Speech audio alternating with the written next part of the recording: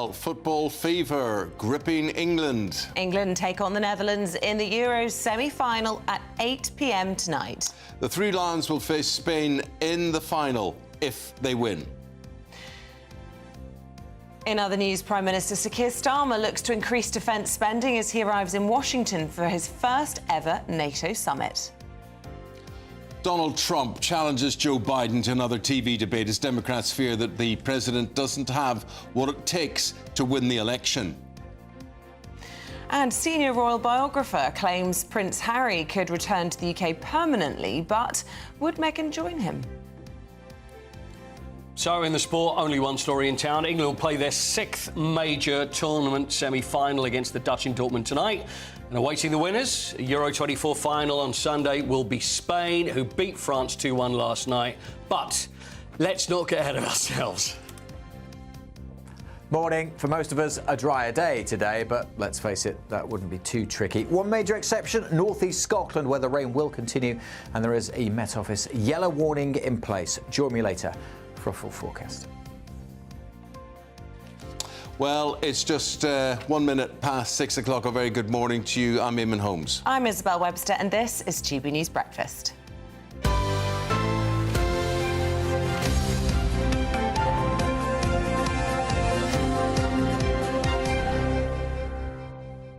Well, all England hoping for a win tonight. There may be some people cheering you on in Scotland and Wales and Ireland as well today, but it all kicks off at 8 o'clock this evening, Paul. Will there? Will there be? Yeah. Will everybody be cheering England on? Do you think? Not everybody, but I think there'll be. I think there'll be a fair amount. I'm always off the view you can't cheer these players on in the Premier League every week and then boo them and be against them. You know. Yeah. Well, the thing is, we look at the Premier League though, and the amount of countries that are represented at the Euros. Yeah. The teams that are playing there.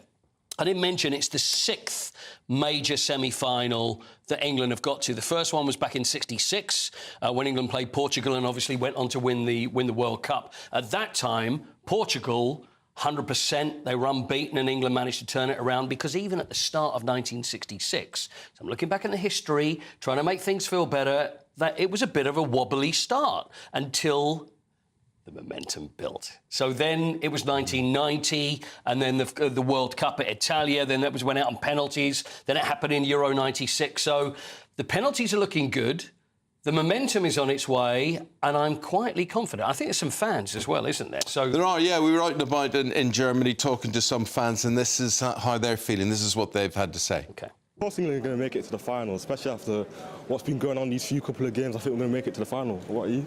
Same thing, really. I think they're going to make it, yeah. I'm not quite sure. It's not been very exciting up to press, so we shall see. England have played well so far. It's just Southgate's not really put the players in the right position and all that. Like, he has made quite a few hiccups, and loads of people have been complaining about Southgate. So I hope England do win, but if they don't, then it's just normal for England. But we can only hope. Yeah. So it's coming home? Yeah, it's coming home, man. It's coming home. Yeah, it's coming home. The match tonight?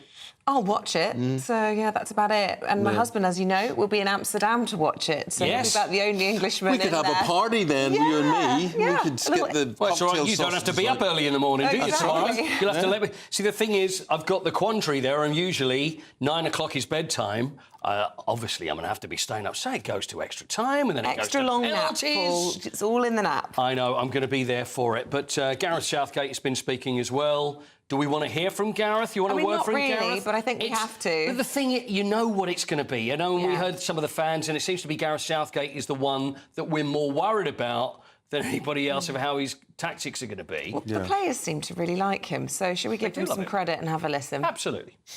This is now the chance to make history, which we've enjoyed doing that. Chance to get to the first final, not held in England. First time England will have ever done that. So we're trying to break new ground. That's difficult and it's complicated. Well, when I looked at the match last night, let's talk about Spain against France. I think France, very like England, they don't score many goals. Right. They went ahead. I mean, after 8 minutes, I thought, well, this is them. They'll defend this and they'll do this.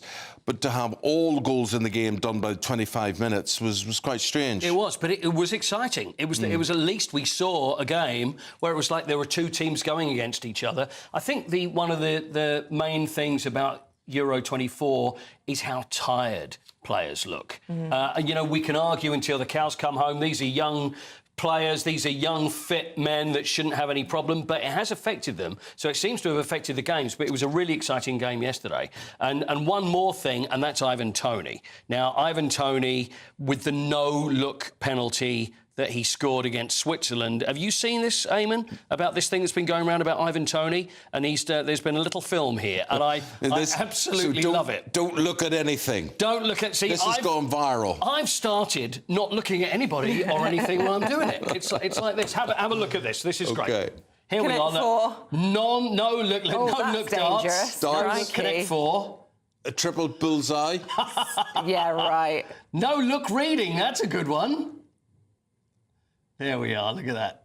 Look at that. So I'm glad he plays it up, and he you know, takes the fun aspect to it all. Well, what happens if it goes to penalties? Huge game, semi-final of the Euros. He has to take a penalty, and everybody's expecting. Yeah, that's what they're trained for. Yeah, but don't look. He's going to be doing all this again. Yeah. He gets away with it until he misses. Exactly. And then there'll be a lot of criticism with that one. I think, like I said before, the future is no-look goalkeeping. That's what I'd like to see. Let's go to Theo Chikumba now. He's got an interview with Manchester City defender. Let's have a listen to that.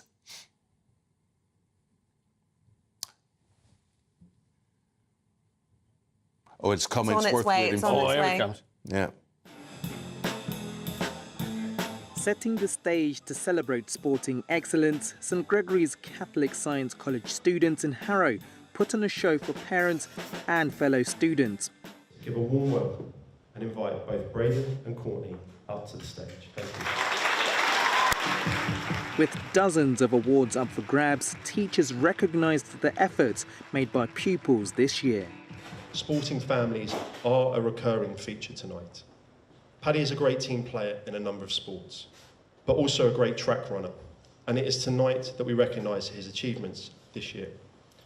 He represented the school in the Borough Championships and then got selected to run for Middlesex County against the best athletes in London, many of whom are affiliated to athletic clubs and train 3 times a week. Offering a helping hand was former student and special guest Luke Mbete, who shared encouraging words for budding athletes and their families. Parents, guardians, teachers, continue to support and create healthy environments for our future stars. Students, continue to better yourselves, appreciate your family and friends, and enjoy these occasions. Most importantly, don't forget to study. During Luke's time at the school, he played for Brentford Academy before joining Manchester City as an under-12. He's gone on to play and train with some of the biggest stars in the Premier League, represent England, and have loan spells at Huddersfield, Bolton Wanderers and Den Bosch in the Netherlands. He credits the school and his family for his success. They helped me, they helped me a lot, throughout my development. They helped me balance out, school and football. So yeah, I'm just grateful for what they've done for me. Obviously, coming back home, it means a lot to me, and to have my family alongside me as well, it means so much. Meanwhile, as tonight's England versus Netherlands match edges closer, who are his favourites to win, as he has colleagues on both teams? No, I'm confident. They've got a squad of good players. They've got a lot of talent in that team, so I'm confident that they'll do well, and the whole nation is behind them, supporting them. So, I was born and raised in England, so I'll be rooting for England. As for the potential stars at this school, what better way to be inspired by a former student who's at the top of his game, with the hope that one day they'll be able to follow in his footsteps. Theo Chikumba, GBNews. Well done. Look, Mbete, you're back again in about 15 minutes' time. Yep. With everything else. Everything else, let's just be keeping our fingers crossed, and let's not get ahead of ourselves and all those sort of cliches that I could possibly think of. Good man. Thank you very much indeed. Let's turn to politics now, shall we? Sir Keir Starmer is arriving in Washington for his first NATO summit, where he'll meet world leaders for the alliance's 75th anniversary. Now, that is, as the Prime Minister remains committed to the increased defence spending, he plans to bring that up to 2.5% of GDP following a review into military capabilities. Well, reports suggest that the new leader could also boost the size of the army in a bid to tackle foreign aggressors. Let's get the thoughts of John Oxley and all of this political commentator who joins us in the studio. Good morning to you, John. Good morning. So, first of all, let's talk about NATO, shall we? And Starmer arriving on the international stage, newly elected with a huge number of MPs behind him. He'll be feeling pretty buoyant, I'm imagining. What sort of reception will be awaiting him at NATO as he says everybody needs to increase spending? Well, I think that will make it difficult in some ways, but generally as a new leader, particularly a new leader of one of the more influential countries in the alliance, everyone's going to want to build those relationships. They're going to want to speak to him. So I imagine it'll be quite a warm reception until he starts asking them. Some NATO members have really upped their defence spending lately, but some still are lagging behind this target, which has been agreed to a long time ago, but very rarely kept to. John, do they not see it as in all their interests, though, in everybody's domestic interests to increase defence spending? They do, but they also have to find the money from somewhere. They all have very similar domestic situations that we do. They've got other things to spend for. It's kind of like when you go out for dinner with your friends. Everyone wants it to be nice, but when the bill comes round, some people start to argue about exactly what they should be chipping in. Starmer's going to have his first bilateral meeting with the President of the United States today. How do you think that will go? I mean, politically, they're on the same sort of side of the spectrum, for starters. It should be a warm reception, I imagine. As well, particularly David Lammy, the Foreign Secretary, has long links to US politics and the Democratic establishment, so their sort of sub-team should get on quite well. And, there's the enthusiasm, again, of a new leader. But, this is a key relationship for Great Britain and for the United States. It'll be interesting to see how that really develops. We've seen, famously, George Bush and Tony Blair were political opposites but got on very well. Yeah. Others have varied. You look at the Bush-Blair situation. I mean, Tony Blair, in fairness, he was always into the big names, the showbiz aspect to everything, and what worked for him. And it did, as you say, work. What about Biden? Do you expect to see him there after November? I think it's unlikely at the moment. I think whether he was to win the election or not. I think both are unlikely. I think what you see the manoeuvres going on in the Democrat Party, you've got a few more people breaking ranks, saying it's time for him to move on. But the window's pretty close. Really, if he's going to make that decision, it's between now and the convention, which is at the start of next month. So this is crunch time. OK.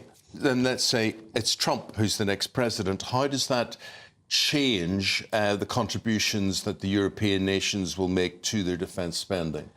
Well, one of the things is it could go up a lot because, Donald Trump is threatening in some circumstances to pull out of NATO or to certainly reorientate American attention to China rather than Russian aggression.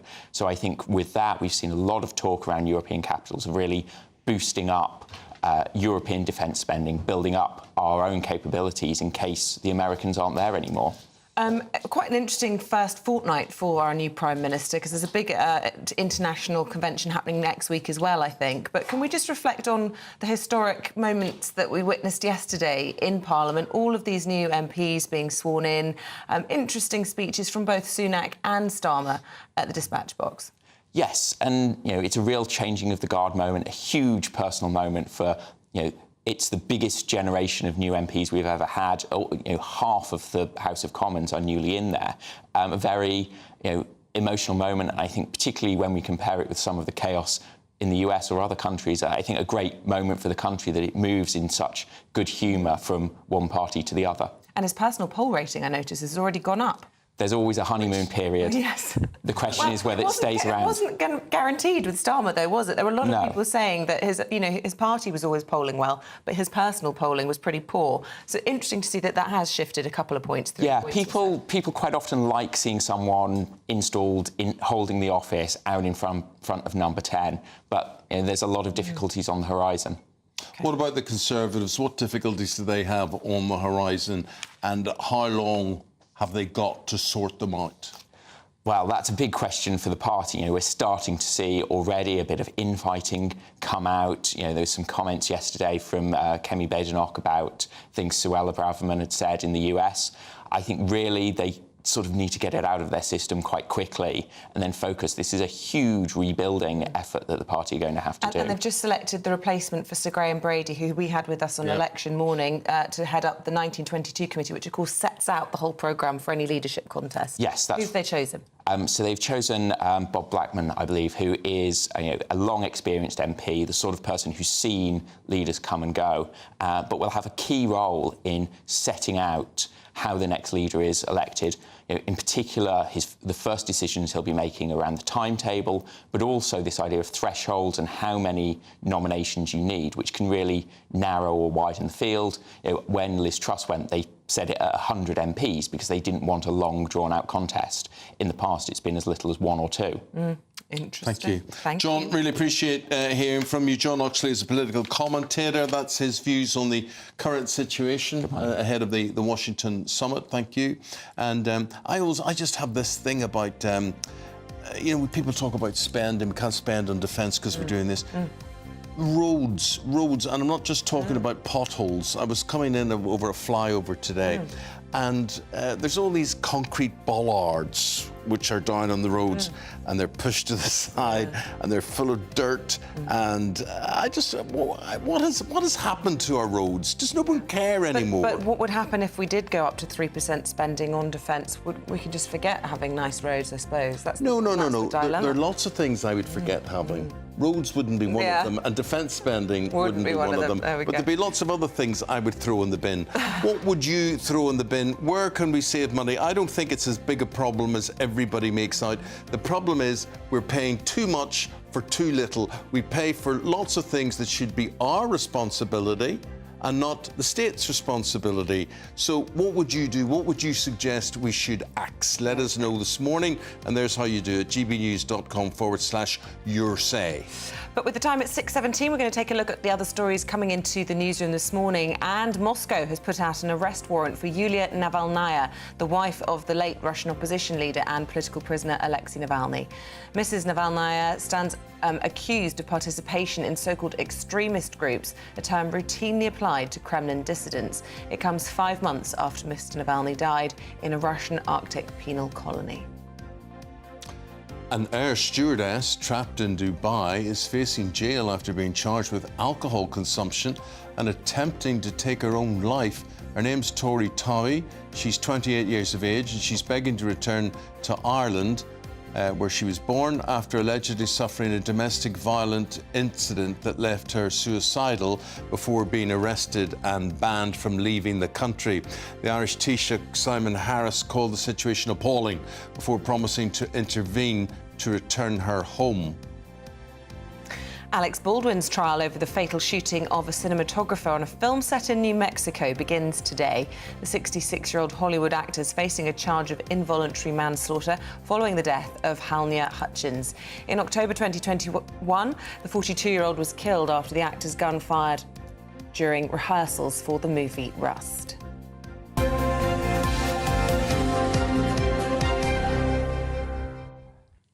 So you're saying there's a bit of sun going to creep in today? I believe it's going to be a bit better. My daughter's going on a school trip. I had her wellies out, and then I saw the mum's WhatsApp saying, no, it's going to be 21, it's going to be hot in the afternoon. So put the wellies away again. Well, let's see how hot it's going to be.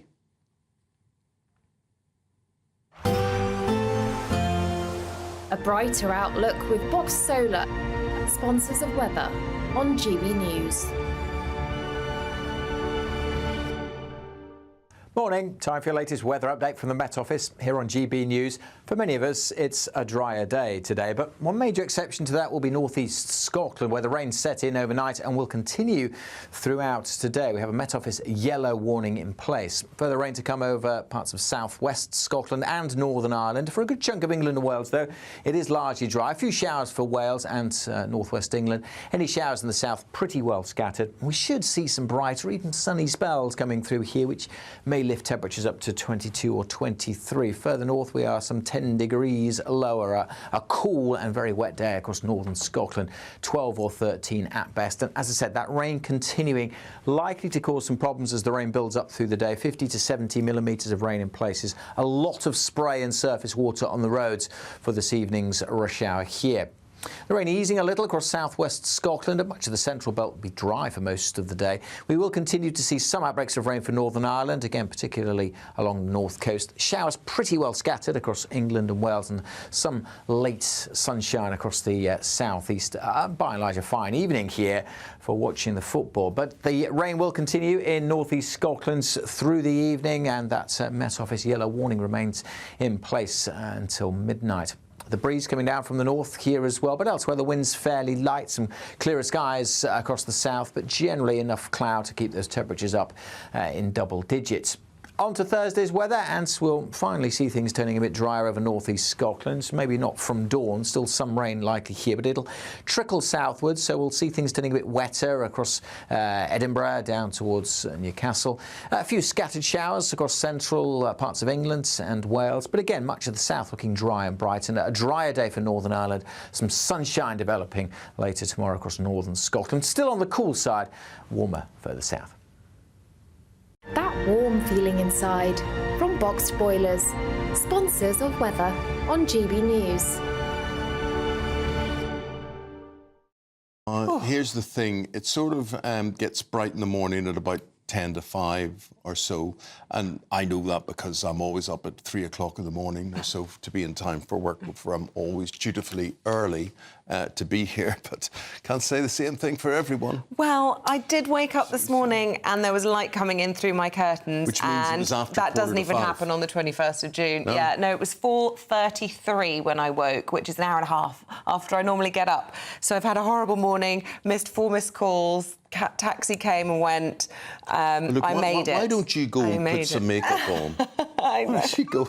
It's all a bit of a rush this morning. Could do with reading some newspapers and things, but I'm catching up just as you are this morning. But yeah, I made it by the skin of my teeth. What has your morning been like so far? It's a bit too early to be talking. 20 past 6, 22 minutes past 6. Now it's time for the Great British Giveaway. Your chance to win the biggest cash prize so far. It is an incredible £30,000. And here's how it could be yours.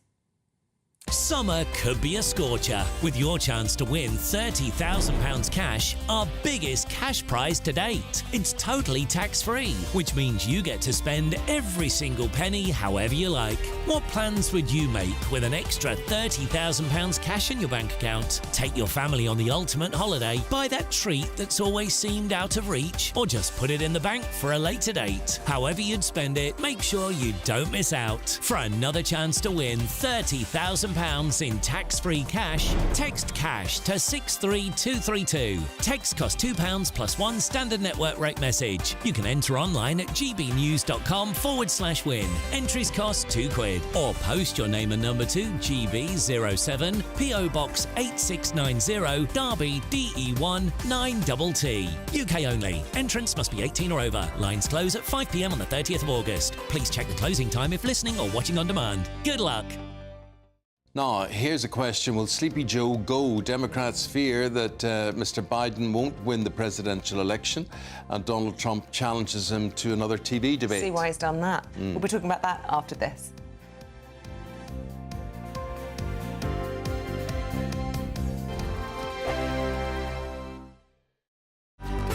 Good afternoon, Britain. Your lunchtime update on the stories that matter across the UK.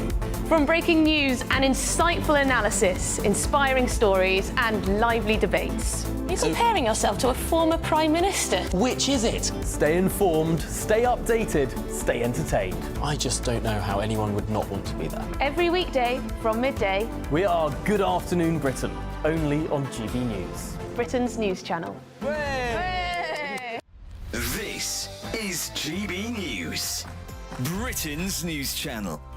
I'm joined now by Stefan Kyriasis to give us the latest on everything theatre. So, yeah, we're going in first with Starlight Express, which is back. It's not in the West End. It's out at Wembley at the Troubadour Theatre, which is a big, almost kind of warehouse space, which suits because, as you know, have you seen the show? Starlight Express was my first ever musical. I must have been about 7 or 8 years old. I only saw it once, but I remember it being magical. Well, this one is 1984 it started, and it's still running in Bochum in Germany in a huge arena.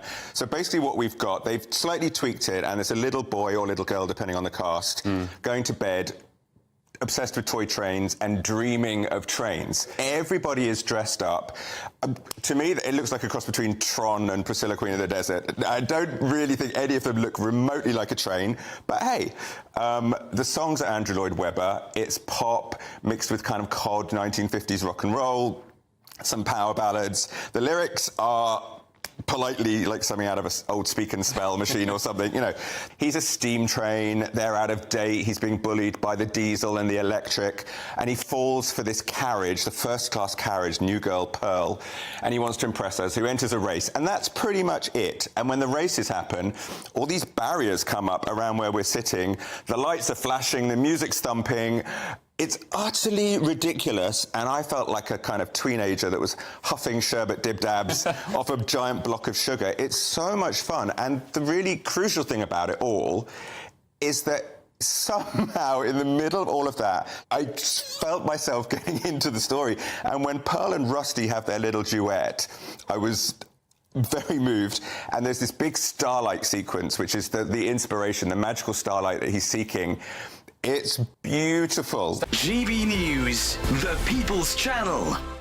Hi there, I'm Michelle Dewberry, and I'm going to take a second to tell you all about my show, Dubes & Co. We start off with the issues of the day. We then bring in both sides of the arguments. We get rid of the disrespect, and then you throw me into the mix. And trust me, I'll tell it exactly how it is. And then, of course, the magic ingredient, you at home. We mix it all together, and what have we got? In my opinion, the best debate show in town. Monday to Friday, 6 till 7 on GB News, Britain's news channel.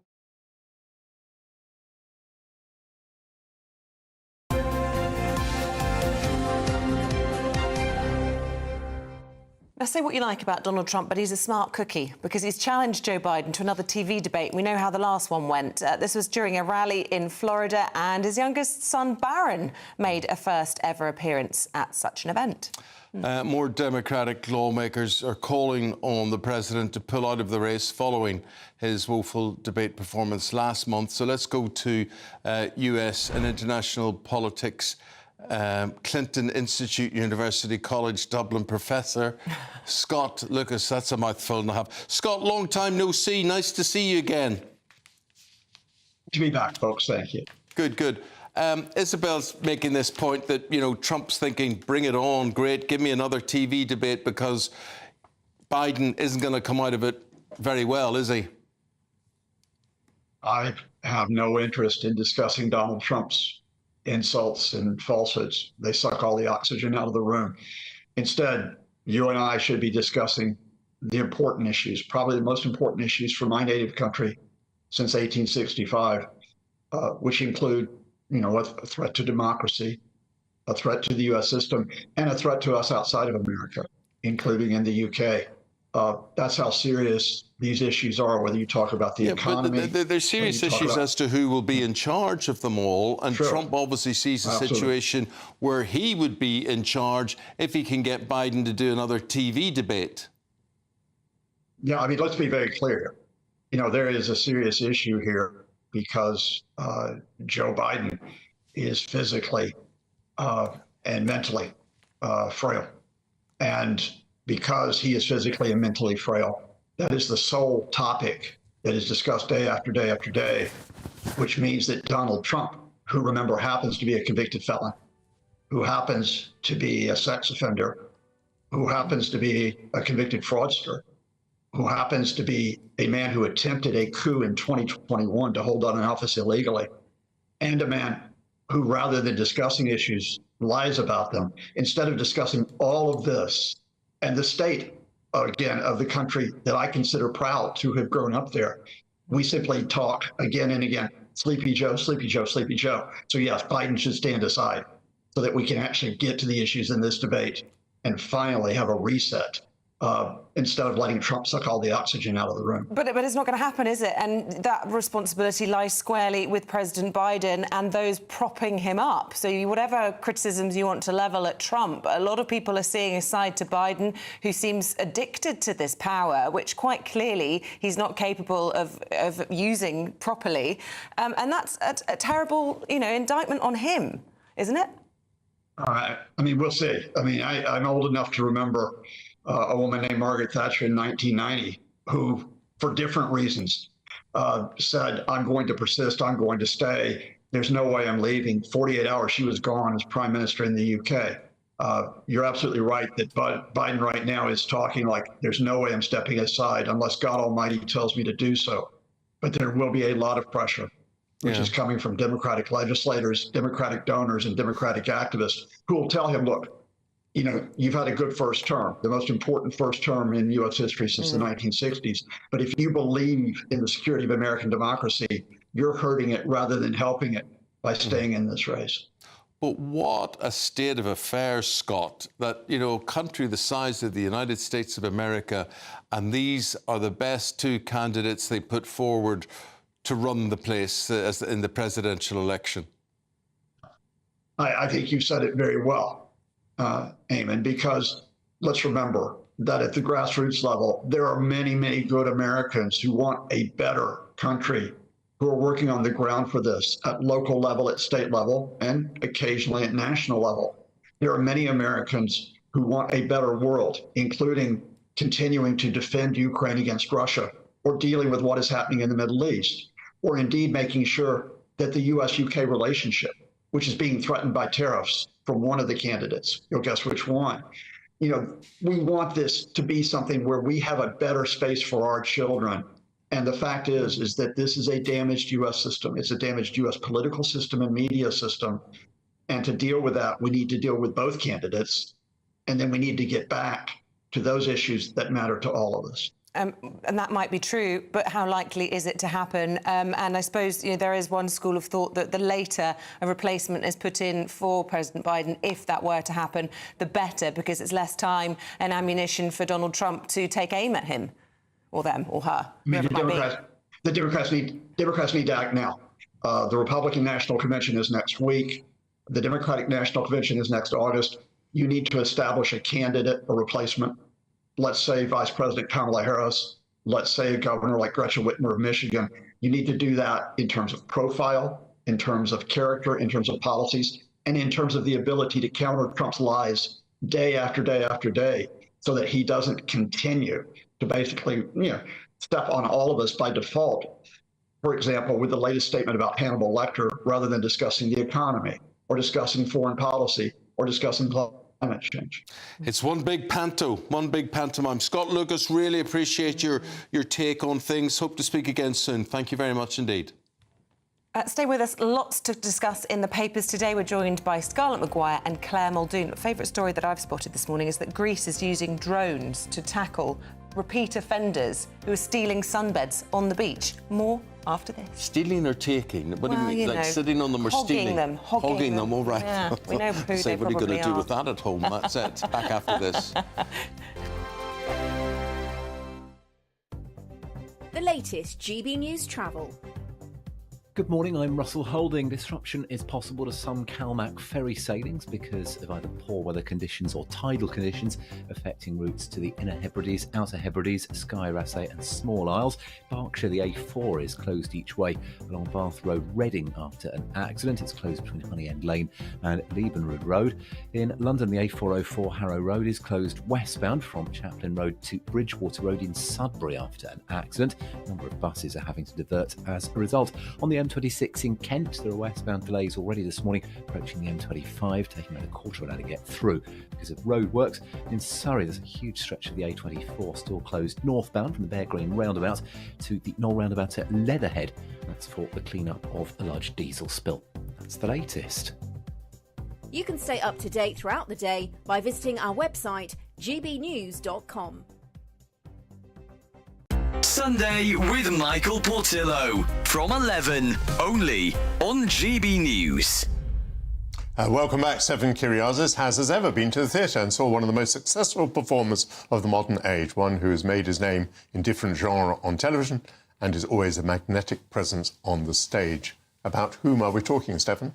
We're talking about James Corden at the Old Vic for The Constituent, and it's Traverse staging. So audience on either side, and it's a fantastic experience. But also it's been done this time to bring everything in a lot and make it quite intimate, because you just have one simple set. It's just a table, office space. This is a new play by Joe Penhall, and it's addressing very, very current issues of safety, especially for people in public service. Doctors, nurses, teachers, and of course, as you know, politicians that are at risk and being attacked. So we have Joe Cox, Sir David Ames, and we have politicians talking about cancelling their surgeries, not wanting to appear in public, teachers being threatened. And James Corden plays an ex-serviceman who is going through a difficult divorce, dealing with a lot of PTSD, also feeling very much like fathers are overlooked, and he wants to fight for their rights. And an old school friend is a local MP, played by Anna Maxwell Martin. And he goes in to start talking to her, and it starts off quite chummy and jovial, and then it darkens and darkens. He gets quite aggressive and frustrated. She wants to help. She's an absolute idealist. This politician sense of we don't choose who we work for. You know, we are here by duty to work for everybody in our constituency. It spirals a lot. I have to say, Corden, sensational. Really? He really is a fantastic actor. Of all of them, he's so natural, and he has the most difficult role where his character is shifting all the time and becomes potentially quite threatening and dangerous, but then there's also a beautiful catharsis at the end. The People's Channel.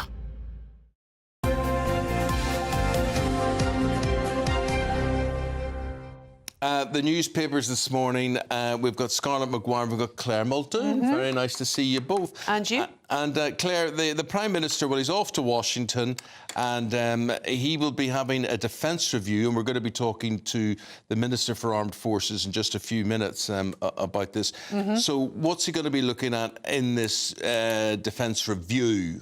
Well, the review has just been scheduled, and quite a lot of critics have now said, look, we don't need the review. We know the funding holes that are there. We know what has to be done, because all of these ex-army heads have now found their voices. Funnily enough. Back in the 80s, defence spending in this country used to be 5% of GDP. Really? Yes. That was under Thatcher's reign with nuclear power, etc., etc. Now it's down to a mere 2.4. Not only are people going to be looking at that, but the rest of the world are going to be looking at Sir Keir Starmer, PM, and finding out what he will be like, bringing to the table what he can bring to the table, what his views will be, either pro-Russia in terms, I don't think it'll be pro-Russia, but in terms of Ukraine, in terms of America, in terms of Gaza. It'll be very interesting to see what the sound bites will be from this At the NATO. end of the day, do you just give in to Russia firing missiles at a children's cancer hospital? Is that what we do? No, I mean, we don't. I mean, can I say I have a real problem saying Keir Starmer Prime Minister. When people say Prime Minister, I still think of Rishi. Those first few weeks. Yes, yeah. But anyway, we have. There is absolutely no question that Keir Starmer is going to go on with the policy that Rishi and Liz Truss and Boris had before him, supporting Ukraine against Russia. And the question is what do we do? And that's what NATO has to decide. But Scarlett, is it a bit rich for Sir Keir Starmer to turn up and say to everybody at NATO, hey, guys, we need to up spending, when he won't give us a timetable for when he's going to up spending at home on defence? Well, what he's expecting is all of them to give a commitment. I mean, how can you say we can up spending when he's already said we've spent every penny that we've got worked out, and actually what we need is growth. And because, I mean, we do have, an army that is the size of it was when we were up against Napoleon. I think when you look at tripping of the colour, our armies look beautiful, but the actual underlying thing is they're not funded. They can't do the job. It's been shown by figures and documents. We are not there to defend our country, nor are we there to help defend the rest of the NATO alliances. Yeah, but there is absolutely right, Claire. And the fact is, I mean, when we continue to reinforce Ukraine, it means there's nothing. If there was something to happen elsewhere in the world, or even domestic. domestically. Yeah, we don't have it in reserve. Yes. But also, what we're doing actually with Ukraine is we're not giving them feet on the ground. We might be giving them some people. Well, thank goodness we're not giving them feet on the ground. But actually, what we're doing is we're sending them masses and masses of weapons. Well, obviously, we're not sending them stuff to defend the cities like Kyiv and those defence systems. That's basically what Ukraine will need. They'll need a lot of things like that, and that costs money. That's big money. Well, Biden has pledged 6 new air defence systems overnight whilst people were sleeping, so that Ukraine, as he says, can and will stop Putin. They need more than 6, but the Americans have definitely been footing the biggest bill so far. It will be interesting to see him alongside Biden later on, first bilateral between the pair. His personal poll ratings have gone up, Scarlett. You'll be pleased to hear that. I think we do expect a honeymoon. Yeah, fair enough. It might be a short one. But to be fair, none of this was mooted or in any of the hustings. This election was not fought on defence.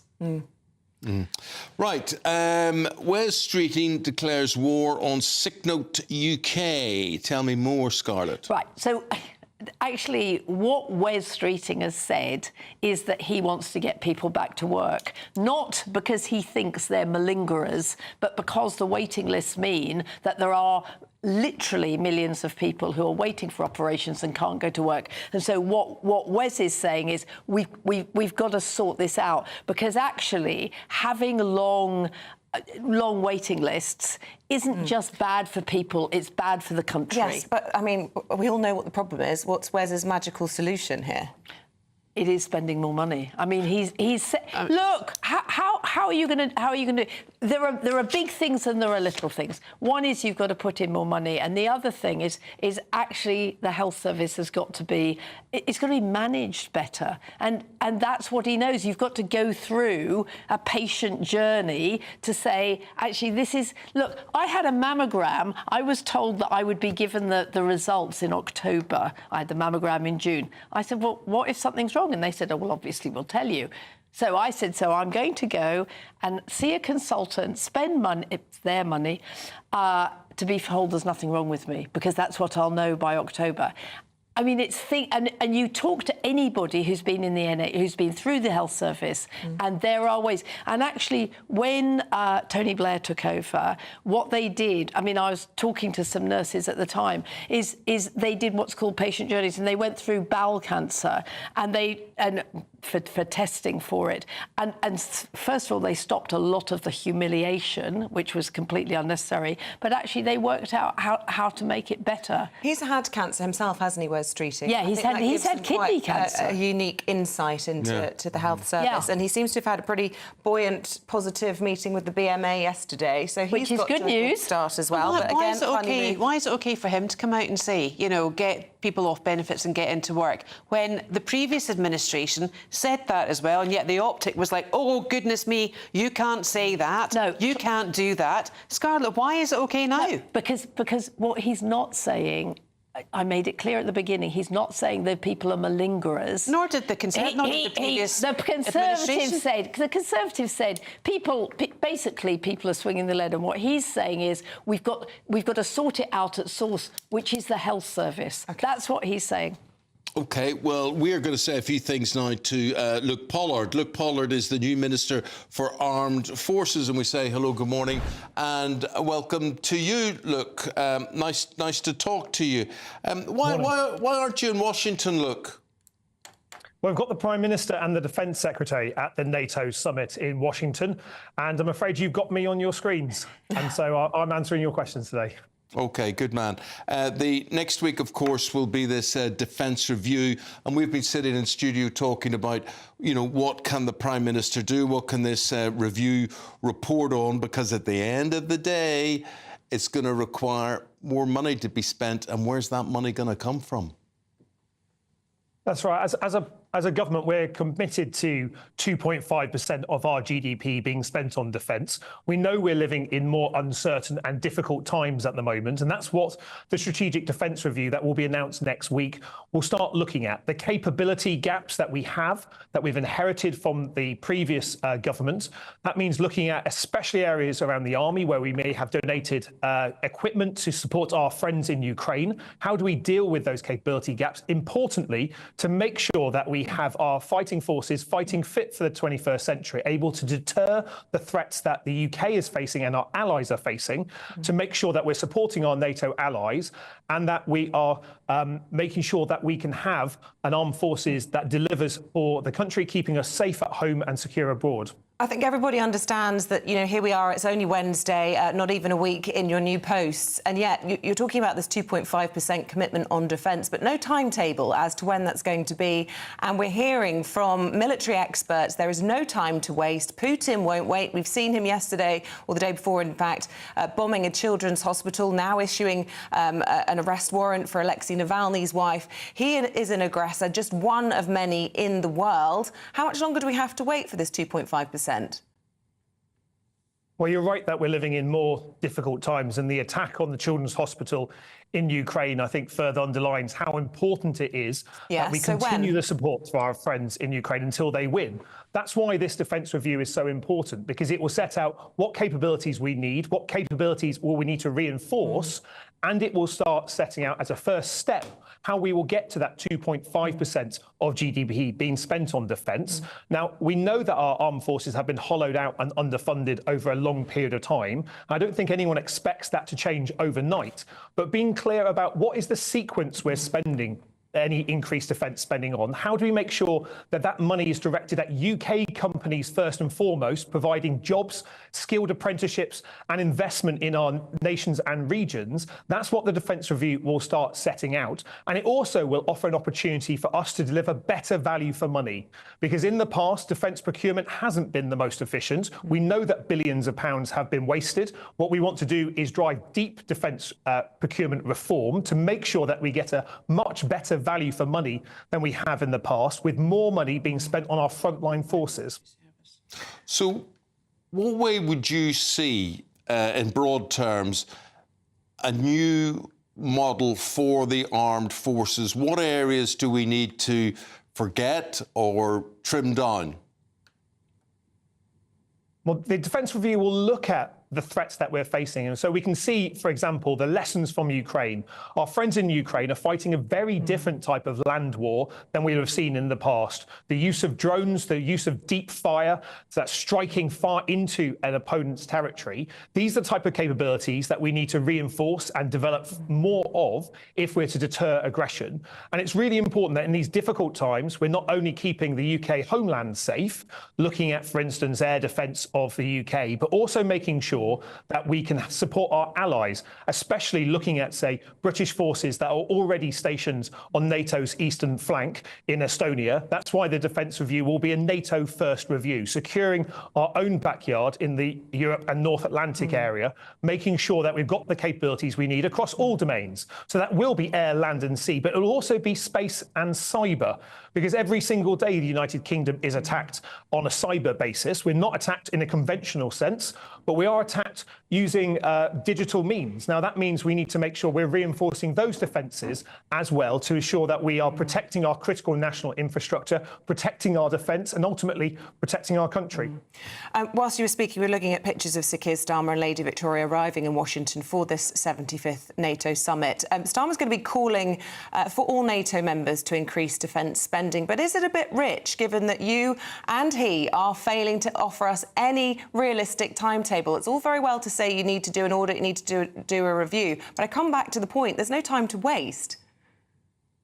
There is no time to waste, and that's precisely why, within the first few days of taking office, we are setting out our commitment to get to 2.5% of GDP. That will be informed as a first step with the strategic defence review that will be announced next week. But if you're looking across NATO, we now have more NATO members spending 2% of their GDP on defence. We view that as a floor, not a ceiling on defence spending, and the Prime Minister will be making the case for spending more, 2.5% in the UK's case. But most importantly, it's what we spend it on and how we spend it. So just focusing on the headline amount is really important as a signal that it sends not only UK industry, but also our adversaries. But we want to be clear about what capabilities we are seeking to invest in. What are the equipment platforms that we need? How do we reinforce those areas that we need? That's what the Defence Review will set out, and more details will be published on that when it's launched next week.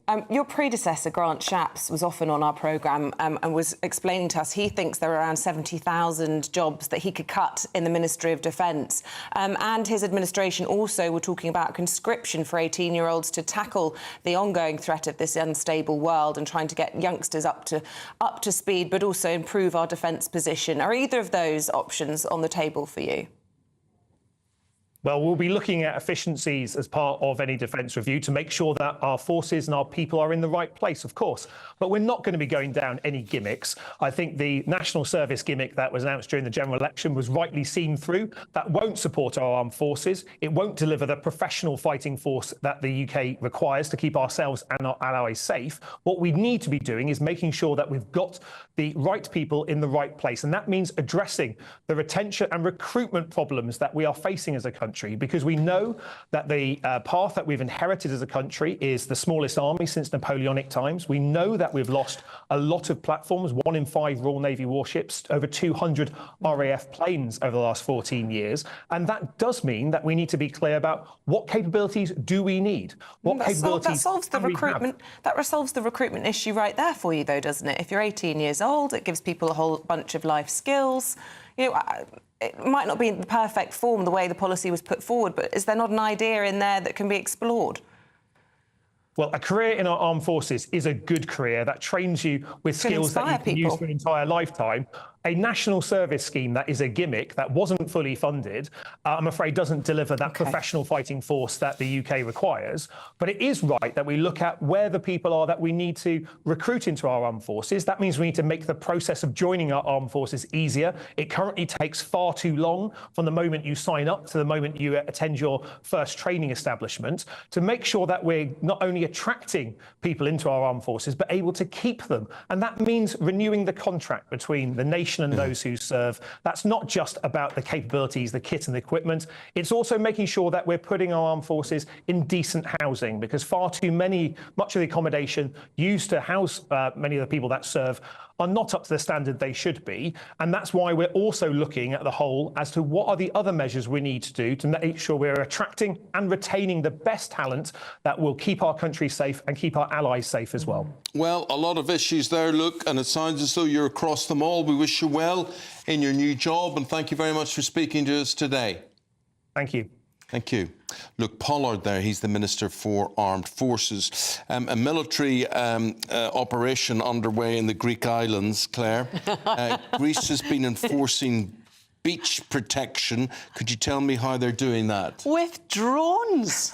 My goodness me, the last thing you want to do when you're out there with your thong and whatever is to be photographed or caught on camera by a drone, for heaven's sake. This is just awful. Why are countries being so awful to tourists? Surely they should be embracing them. If the beach is too busy, people will move on. The last thing you need to be doing is being fined for lying on the beach. Life's a beach. Actually, with a T. To be fair, they're trying to protect tourists. Oh, for heaven's sake, Scarlett. What's happening is the restaurants are saying, well, if you're here, you have to pay, you know, so much a day, whereas the beaches should be free. I mean, that's what this is. They were never free in the 70s in Spain. They were always charged for. We're talking Greece. We're talking Greece. It doesn't matter where you are. It's still Europe. Free, where it is free. It's not free now. They think the beaches should be free. You can't possibly think drones are a good idea on the beach. I mean, there's so many privacy issues. Exactly. That spring to mind. How many people are topless on the beach? Children around I go everywhere. topless on the beach. I do. Oh, Eamonn, the thought of you topless. Oh dear. So anyway, nobody likes a sunbed hog, but I think that's a bit heavy-handed. But it's not. I think it's really important. It's not about the sunbed hogs. It's about the people making money from the sunbeds. It's about the people putting out sunbeds and saying, now you have to pay for it. Fair enough. Now, talking about paying for it, Claire, Radio 2 planned a spin-off station about golden oldies. Yeah. And you've got a minute to tell me about this. But anyway, all these other commercial stations have stuck their nose in, objecting to this. And Ofcom have ruled that the BBC can't do it, which is a bit rich, given the fact that one of their best DJs, in my opinion, Ken Bruce, has left. Well, he left under a cloud. But he said, look, why try and be woke? Why try and be in with the youngsters, BBC Radio 2? You need to get with the oldies. They've plunged in listening figures by over 1 million since he left. So they thought, OK, let's go and do this. Let's try and get a golden oldies start back. Ofcom, no, because it would breach the competition rules of the BBC licence fee and the small commercial stations. I think they've got to consider just what an inconvenience ads are, how beautiful it is not to have them. Yes, they pay the bills. On that note, we need to pause for the weather. Let's get a check on what is up to today. A brighter outlook with Box Solar, sponsors of weather on GB News. Morning. Time for your latest weather update from the Met Office here on GB News. For many of us, it's a drier day today, but one major exception to that will be northeast Scotland, where the rain set in overnight and will continue throughout today. We have a Met Office yellow warning in place. Further rain to come over parts of southwest Scotland and Northern Ireland. For a good chunk of England and Wales, though, it is largely dry. A few showers for Wales and northwest England. Any showers in the south pretty well scattered. We should see some brighter, even sunny spells coming through here, which may lift temperatures up to 22 or 23. Further north, we are some 10 degrees lower. A cool and very wet day across northern Scotland, 12 or 13 at best. And as I said, that rain continuing, likely to cause some problems as the rain builds up through the day. 50 to 70 millimetres of rain in places. A lot of spray and surface water on the roads for this evening's rush hour here.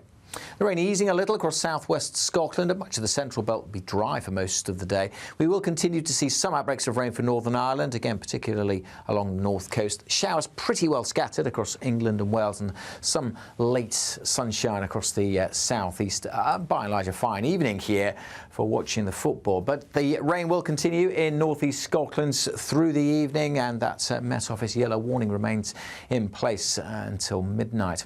The breeze coming down from the north here as well, but elsewhere the wind's fairly light, some clearer skies across the south, but generally enough cloud to keep those temperatures up in double digits.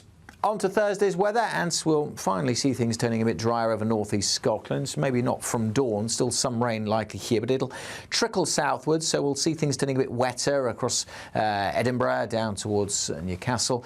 A few scattered showers across central parts of England and Wales, but again, much of the south looking dry and bright, and a drier day for Northern Ireland. Some sunshine developing later tomorrow across northern Scotland. Still on the cool side, warmer further south. That warm feeling inside from Boxed Boilers, sponsors of weather on GB News.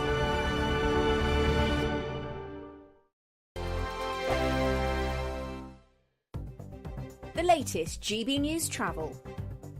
Good morning. Disruption is possible to Calmac ferry sailings to and from the Inner and Outer Hebrides, Skye Raasay and the Small Isles because of either poor weather conditions or tidal conditions. On the M42 in Worcestershire, there are eastbound queues from junction 3 at Redditch towards the M40 because of road works. In Berkshire, the A4 Bath Road in Reading is closed each way between Honey End Lane and Liebenrode Road after an accident. In London, the A404 Harrow Road is closed westbound towards Bridgewater Road in Sudbury after an accident. On the M26 in Kent, there are westbound queues approaching the M25 because of roadworks, and in Surrey there's a huge stretch of the A24 closed northbound after a diesel spill yesterday. It's closed all the way from the Clark's Green roundabout near Ockley to the Knoll roundabout at Leatherhead, with the A243 closed from there to the M25. You can stay up to date throughout the day by visiting our website gbnews.com. £30,000 in cash has to be won. It's our biggest cash prize so far, and it could be yours. Phil was a winner. Listen to what he says about winning the Great British Giveaway. Hi, my name's Phil Cox. I just looked at my account and thought, oh my God, yeah, it's true, it's gone into my account. And if I can win it, anybody can win it. The next big winner could be you, with an extra £30,000 cash in your bank.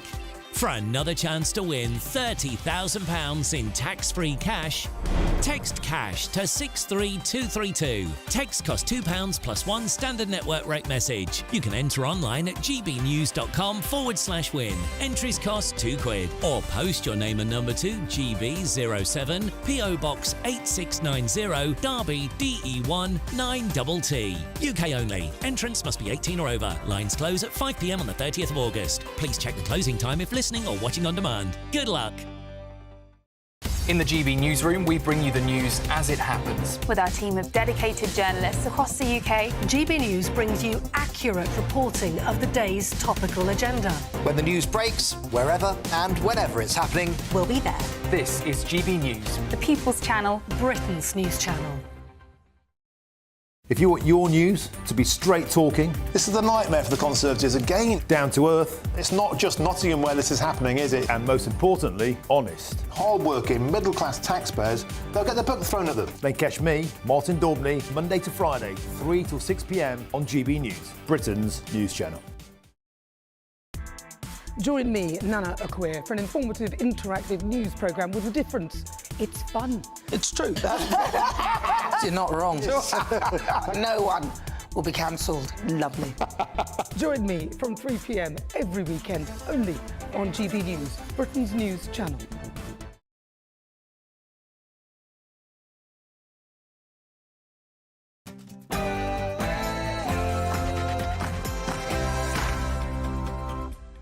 Good morning. Football fever is gripping England.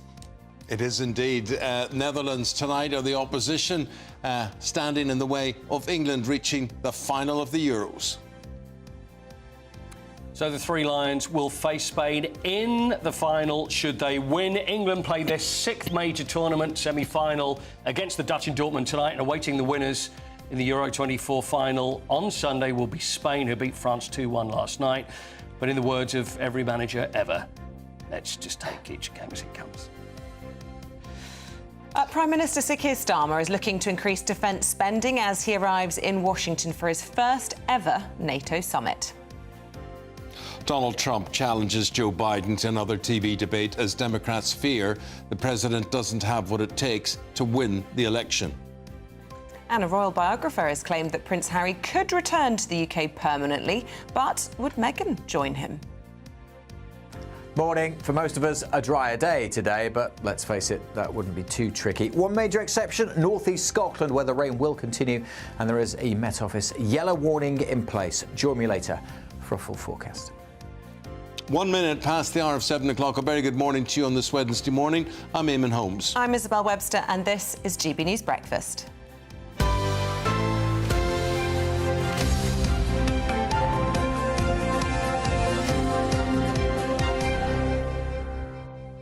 OK, a lot of people are going to be at home, certainly most people in front of a television tonight. Millions will be glued to their TV sets as England take on Netherlands in the Euro semi-finals. Kick-off 8 o'clock. Paul? Yeah, I'm very much looking forward to it.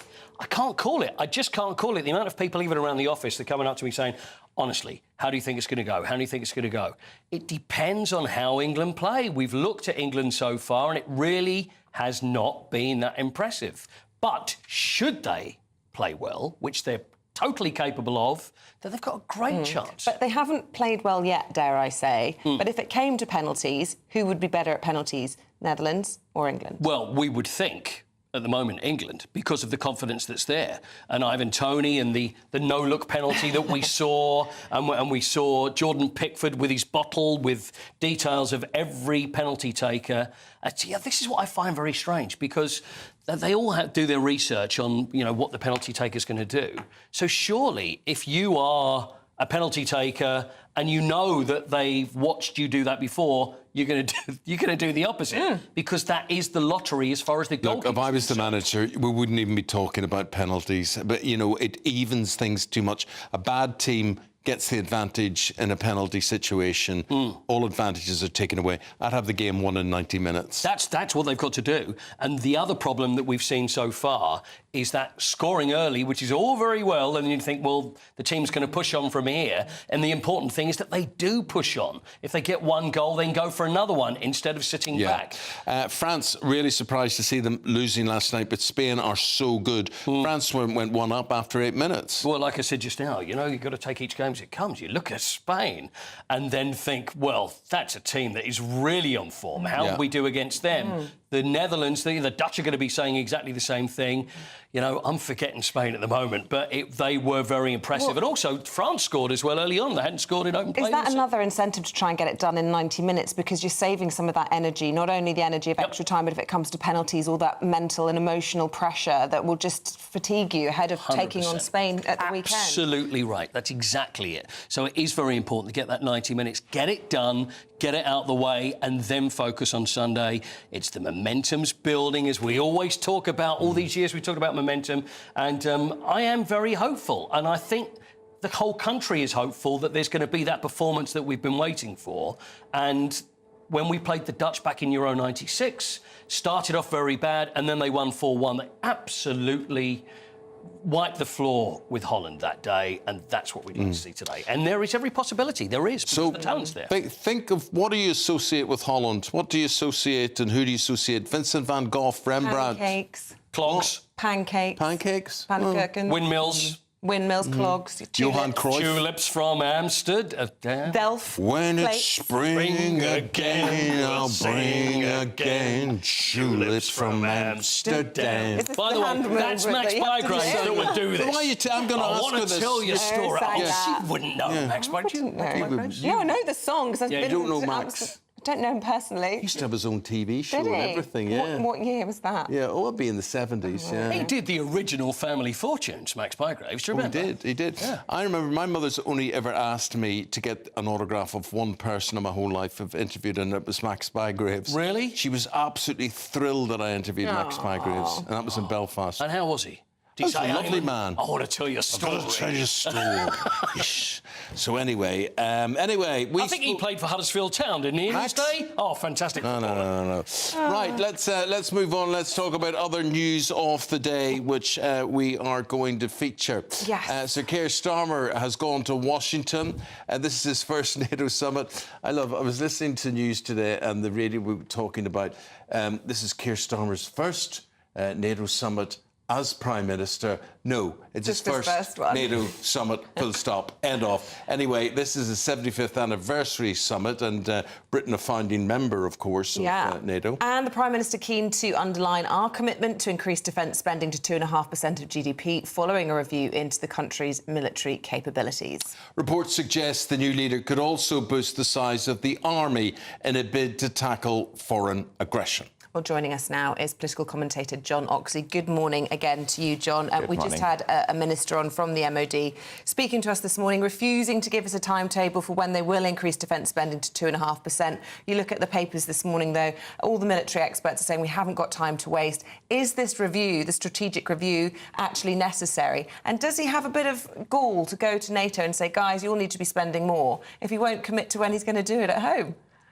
Yes, I think it's a real issue to sort of say, and to be fair, it's something the Conservatives were kind of doing, although they said a bit more during the election period. But if you say, oh, we're going to spend it eventually, then it creates a bunch of problems because, the biggest thing is, what do you allocate this money onto? How do you plan ahead? And particularly military procurement that can run over many years. I think it'd be much better to actually say we're going to commit to this, and then we'll go into the defence spending review and see how we're going to spend it on the timetable we've already agreed to, and then the defence chiefs and the civil servants and the MOD can work out how do we allocate this money, how do we ramp out spending. The nervousness, John, is palpable. The fact they don't want to get this wrong again, they don't want to throw money down the drain.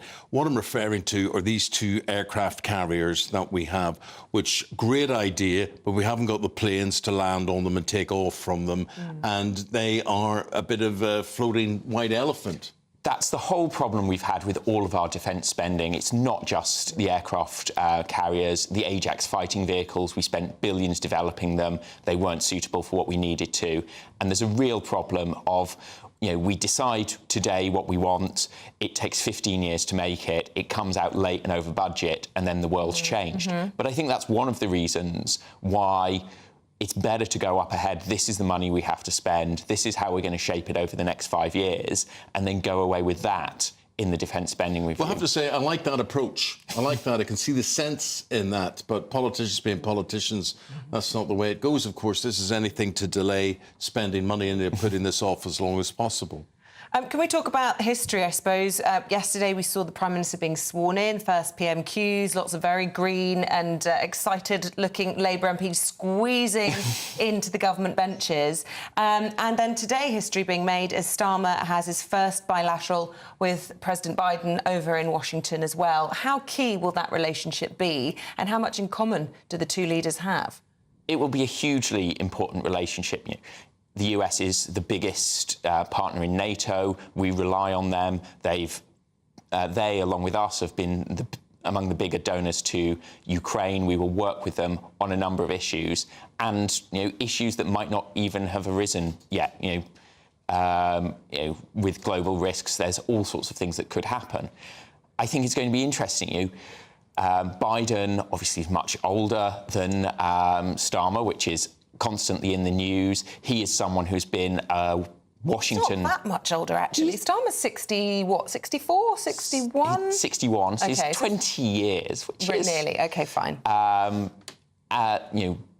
Joe Biden has been a politician most of his life. Keir Starmer, has only been an MP for about 9 years. They come from quite different backgrounds, different life experiences, but they do have a lot politically in common.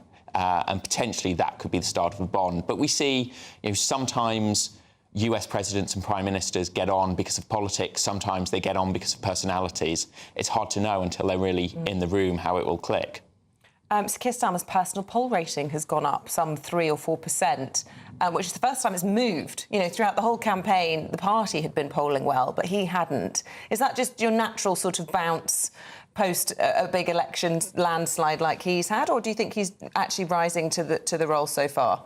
I think it is the natural bounce. You always get a honeymoon period. People quite like supporting the Prime Minister as well. They see you go into Downing Street, they see you in the House of Commons, and they think, yeah, I can kind of visualise him as a Prime Minister now. Sometimes that lasts and sometimes it gets stronger and stronger, but there's a lot of difficult decisions to be made, and that's the sort of thing that can start to undermine both personal and party poll ratings. OK. John, appreciate it. Thank you very much indeed. John Oxley is a political commentator. Thanks for your views. Thank you. A look at some of the other stories coming into the newsroom on this Wednesday morning. Moscow has put out an arrest warrant on Yulia Navalny, the wife of the late Russian opposition leader and political prisoner. She stands accused of participation in extremist groups. It comes 5 months after he died in a Russian Arctic penal colony even. An air stewardess trapped in Dubai is facing jail after being charged with alcohol consumption and attempting to take her own life. Tori Towie, aged 28, is begging to return to Ireland, where she's from. The Irish Taoiseach, Simon Harris, called the situation appalling before promising to help Towie arrive home safely. The actor Alec Baldwin's trial over the fatal shooting of cinematographer on the set of the film Rust begins today. The 66-year-old actor is facing a charge of involuntary manslaughter after he accidentally shot 42-year-old Hanya Hutchins in October 2021.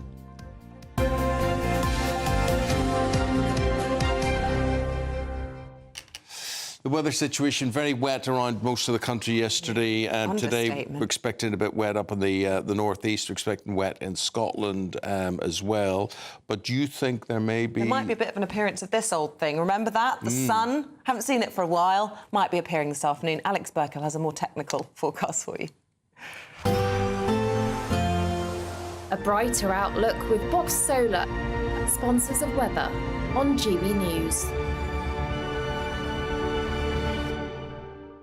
Morning. Time for your latest weather update from the Met Office here on GB News. For many of us, it's a drier day today, but one major exception to that will be northeast Scotland, where the rain set in overnight and will continue throughout today. We have a Met Office yellow warning in place. Further rain to come over parts of southwest Scotland and Northern Ireland. For a good chunk of England and Wales, though, it is largely dry. A few showers for Wales and northwest England. Any showers in the south pretty well scattered. We should see some bright or even sunny spells coming through here, which may lift temperatures up to 22 or 23. Further north, we are some 10 degrees lower. A cool and very wet day across northern Scotland, 12 or 13 at best. And as I said, that rain continuing, likely to cause millimetres of rain in places. A lot of spray and surface water on the roads for this evening's rush hour here.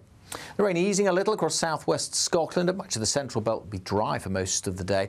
We will continue to see some outbreaks of rain for Northern Ireland, again particularly along the north coast. Showers pretty well scattered across England and Wales, and some late sunshine across the southeast.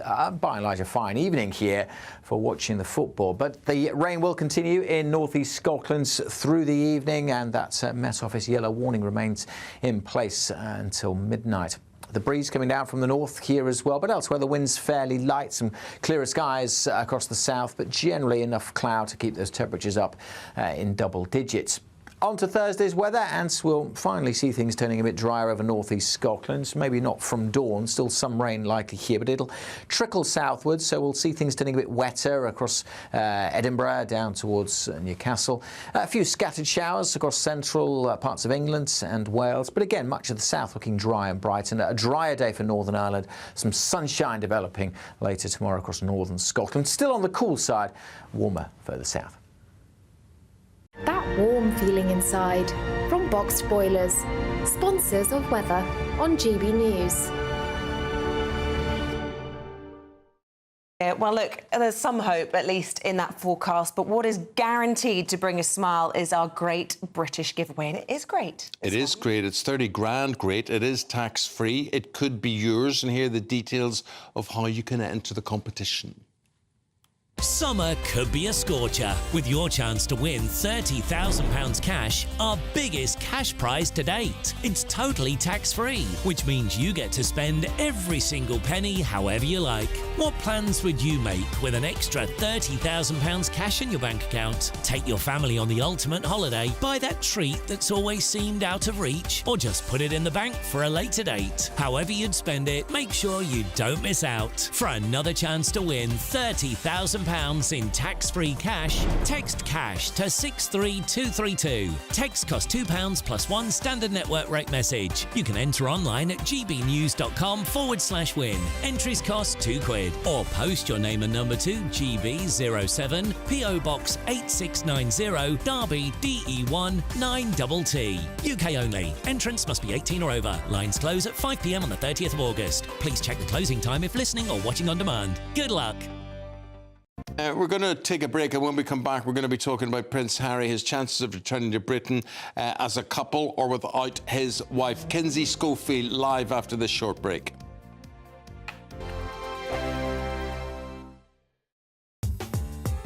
I'm Christopher Hope. From pop stars to politicians, I'll interview anybody in a pub who's got a political opinion. Join me every Friday on Spotify, Apple Podcasts, YouTube or gbnews.com, or wherever you get your podcasts. This is GB News, the People's Channel. Good afternoon, Britain. Weekdays from midday. No one wants their child to be a fussy eater. But what is the secret to expanding your child's culinary horizons? Is there a way to get kids away from the kids' menu, the fish fingers, the chips? Joining us now is the UK's top-selling author of children's cookery books, Isabel Carmel. Good morning, Isabel. Thank you. So lovely to be here. So, first of all, what's the issue with kids just having the traditional easy meals like fish fingers, you know, chips? Beans? It really depends if they've got preservatives in them, if they're full of salt. So I like to make them myself, and it's really easy. So I make my own chicken glazed nuggets, and super easy to make using proper pieces of chicken. You can cook them in the air fryer now, which is absolutely brilliant, so you need to fry them. And I think that it's really important that children grow up loving good food, because they make their minds up by the age of 5 what they like and what they don't like, and it's quite difficult to change their minds after that. But it's good to know that fussy eating is genetic. It's not to do with your cooking. Oh, that's not to say that you can't do something about it. So I've written many, many books, and I have an app with 1,000 recipes on it, and a lot of how to make your own junk food, how to make your own isolis out of fresh fruit. Yes. How to make your own pizzas. I make the most amazing homemade pizza. I actually brought you some cookies here. Okay, so these are your books here. So my first cookbook, that's for how old children? That's from the age of 1. OK, and you've got a weaning one at the end, the baby one? Yes, that's my very first book. I lost my first child. It was really sad. She died at the age of 3 months. And my second child was the world's worst eater. And I wrote that book as my legacy to Natasha, never thinking that it would start a whole career. Oh, bless you. It sold millions of copies, and it's so popular. Is it quite pivotal and important that you introduce kids to the weaning stage, or, you know, how important? It's very important, because the processed weaning food in pouches or jars, it's heated, so a lot of the vitamins aren't there anymore, so making your own is so easy and much cheaper. GB News, the People's Channel.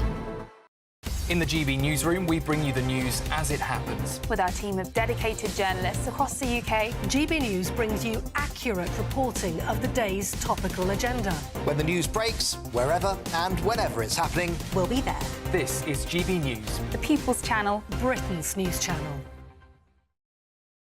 Join me, Neil Oliver, every Sunday night at 6 p.m. on GB News. And if an hour is not nearly enough for you, go to gbnews.com for special extended episodes online every Friday at 9 p.m, where we can truly get into the nitty-gritty of what's going on. GB News, Britain's news channel.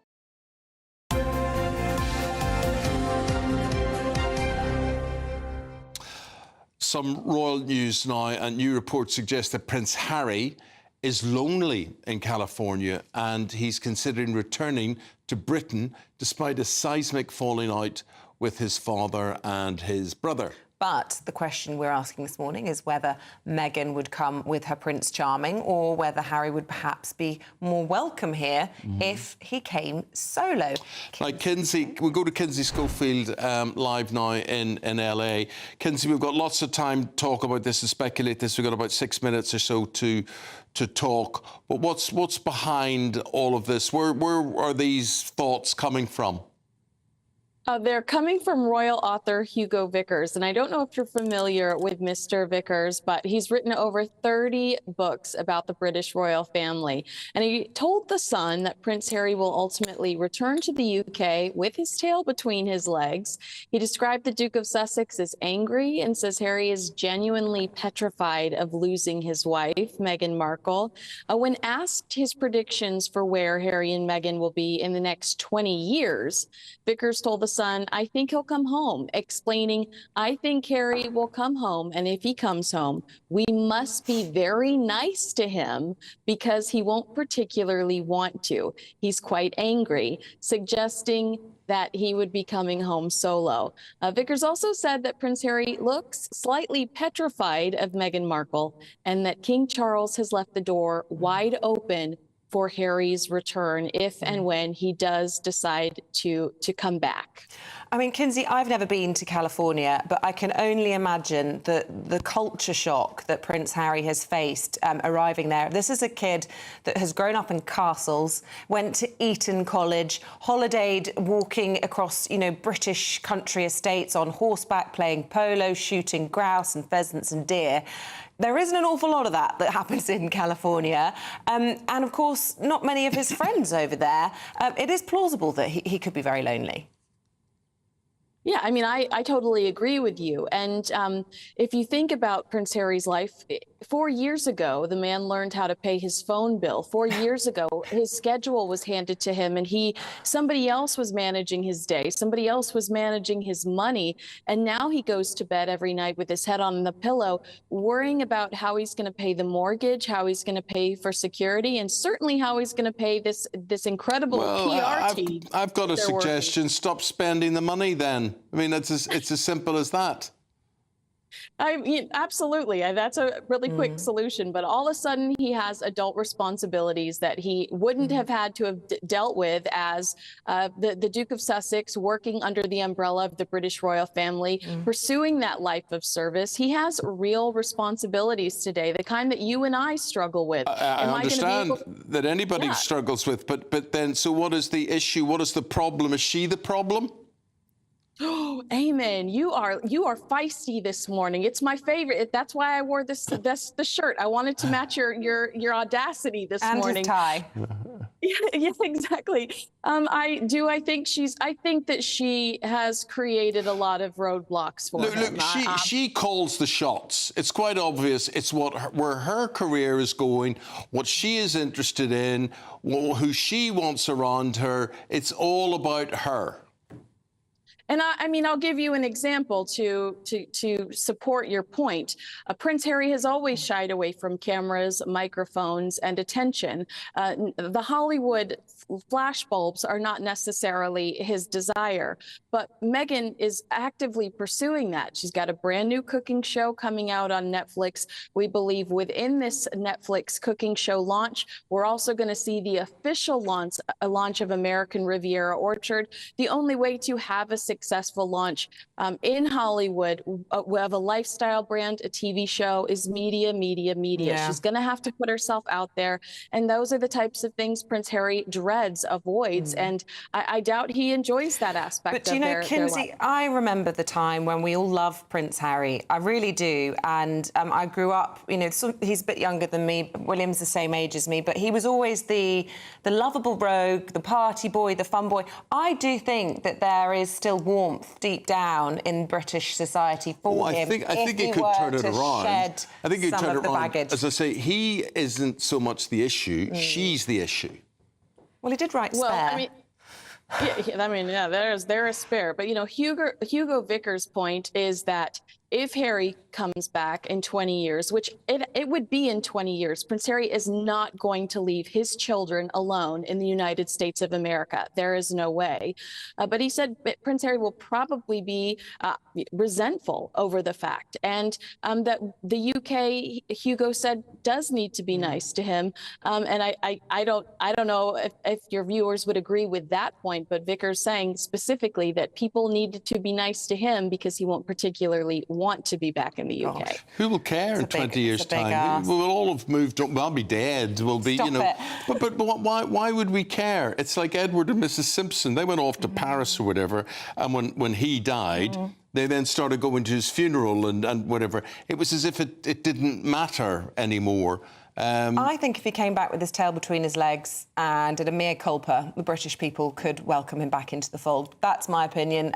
What amuses me is the thought that the King's grandchildren have probably got accents not dissimilar to yours, Kinsey, which is still just blows my mind. I'm sure that they're absolutely precious. Unfortunately, we never get to see them, so I don't know. I know, that's a shame. All right, Kinsey, well, we've enjoyed seeing you. Thanks very much for your time. See you again soon. Will he get to see the football tonight, Kinsey, do you think? I'm sure she'll allow him to have the remote control. I bet that is... But that's an option for him. Thanks very much indeed, Kinsey. We're going to take a break there. We will be talking about the football. We'll be talking about Wimbledon and other stuff in the sports news this morning with Paul Coit right after this. All sport.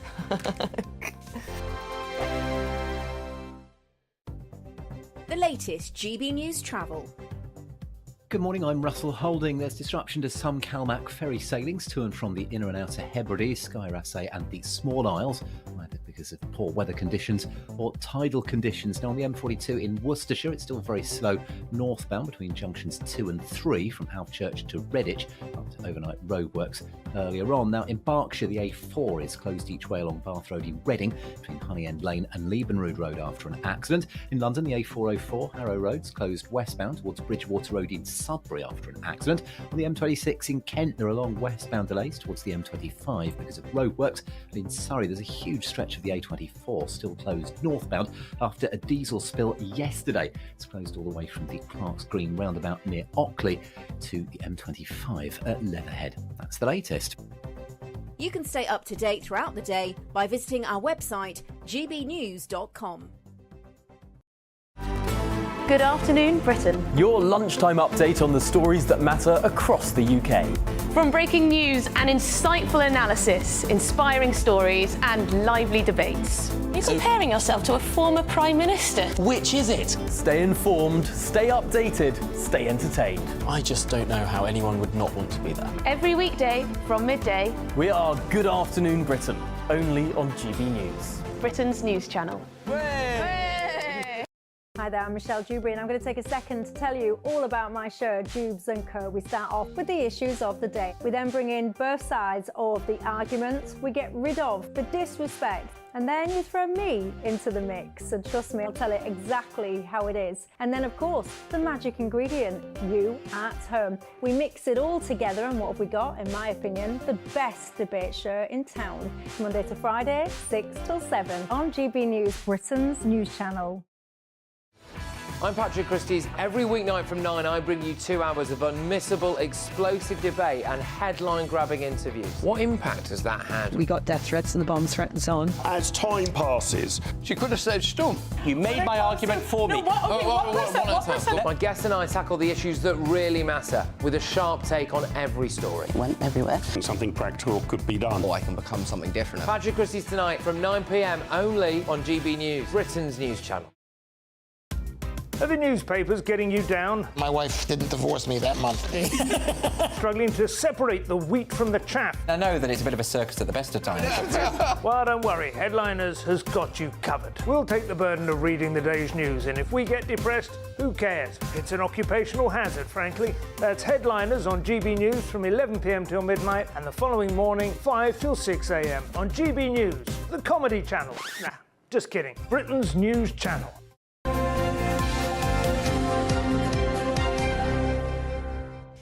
We got Paul here talking about the football tonight and Wimbledon and all sorts of things. Virgil van Dijk in the Holland squad, you know, a stalwart at Liverpool and formerly Southampton. Absolutely. Very interesting. Yeah. I mean, a heck of a player. He's quite old now, 33. 51 he is. Yeah. He's knocking on a bit. No, he's been around for some time. And also, we were talking just off air there about players that are playing in the Premier League. Mickey van der Ven as well, who plays at Spurs, who's also the quickest footballer that's been clocked at speed. He's a defender as well. I mean, they've got the Dutch have got a very good side. They've got definitely. It's and of course there's Cody Gakpo, of course, that plays at Liverpool. So they've got a very good side. We've got to be careful. I don't think anybody is counting the chickens with this game. I don't think even the strongest England fan is going, oh yeah, we're going to win. We're going to win. You know what's interesting is how different the newspapers are compared to when we go back 20 or 30 years, and how it was when we played Germany or West Germany as it was in 90 and Euro 96, and how I think things are a lot different. People look at things differently. I think they're a bit more measured about it, and I think we're a little bit more careful about overdoing it. Apart from the sun, of course. You're right. Sorry, I'm just looking here. We'll give your boys one bell of a beating. Bell of a beating. Where do you get this idea that they are more measured about? See, there you go, the mere bond of brothers. That's okay. It's only the Sun that are doing it. I think it's because we just don't want to tempt fate. Let's hear from Gareth. It's now or never. I like that. It's now one, or never. That's very good. Very good. Which is absolutely correct. Gareth Southgate spoke yesterday. We never get too much from him, do we? I now want to stick up for him because I can't bear the Gareth bashing. You know, and I hear what the players are saying, and they all are right behind him. They do love him. I go with that. But I think with players, you love who treats you well, and he certainly does that. And if he says the right thing to players and he's nice to them and doesn't tear a strip off them, they're going to love him. Managers don't really have a go. Sir Alex Ferguson said to me he could not manage today. Right. He wouldn't be allowed to be. They'd have the HR department, health and safety. They'll have all sorts. You can't throw things at people and all those sort of things. When I think of, when I was a junior reporter, I had cups, saucers, plates thrown at me, all sorts of things. Life's different. Life's changed now. Let's talk about Wimbledon. I'd rather than listen to Gareth Southgate, who's very boring. I'd rather not. Well, Yannick Sinner's pretty boring, but it was a heck of a slog. Yannick Sinner Sinner, the world number one, and it was a heck of a slog of a match. Went on 4 hours, Coity, but Medvedev won. Medvedev, the Russian, who we don't really love that much, do we? Got his own back on Jannik Sinner because Jannik Sinner beat him when he was 2 sets up, was he, in the Australian Open, Medvedev. Sinner came back and won, which we enjoyed. Medvedev won yesterday. He's trying to be charming, isn't he, to the crowd? This is what he's trying to do with interviews, whether it washes with us. Carlos Alcaraz, he was brilliant yesterday, beat Tommy Paul in 4 sets. So that's probably going to be... I mean, I did fancy Sinner for Wimbledon. So did I. At least I thought it was going to be Djokovic-Sinner final. I'm pleased it's not because they're quite dry players. Yeah. But I'm not thrilled, as you know, just politically about a Russian getting No, all the way to the end. I don't think, and I'll state it, I don't think Russia should be allowed to participate at Wimbledon. And I think very embarrassing this week, particularly the bomb strike on the Children's Hospital. And it just shouldn't be allowed. Tennis should have stood up to this. Golf should stand up to it. And they should be banned. Well, Wimbledon were the only tournament that did stand up. This is the year before last. And then the ATP and the WTA, who say how they're very thoughtful they are and how they think of people, and then it's not fair on the Russia. It's like, well, actually, are there not bigger issues? Well, dropping a bomb in a kid's hospital's not fair. And also, how fair is it on the Ukrainian players? We had a Ukrainian female player yesterday in tears saying this is a very difficult day for my country. You know, this is all going on in the background. Her family back home in Kyiv, her capital, during the middle of her tournament. It's not exactly fair for her either. Anyway, we digress. So we're talking about lots of orange things, and we're going to continue talking about that because Friday is the 12th of July. Yes. And that's the day for the Orange Men. Gotcha. Right, OK, in Northern Ireland. It's all linked somewhere. GB News is covering the 12th of July parades on Friday, and our Northern Ireland reporter Dougie Beattie has been looking at how this not only changed Britain but also America. Yes, Dougie travelled to Boston and followed the route of 5 ships that left Ulster seeking a new life in a new world.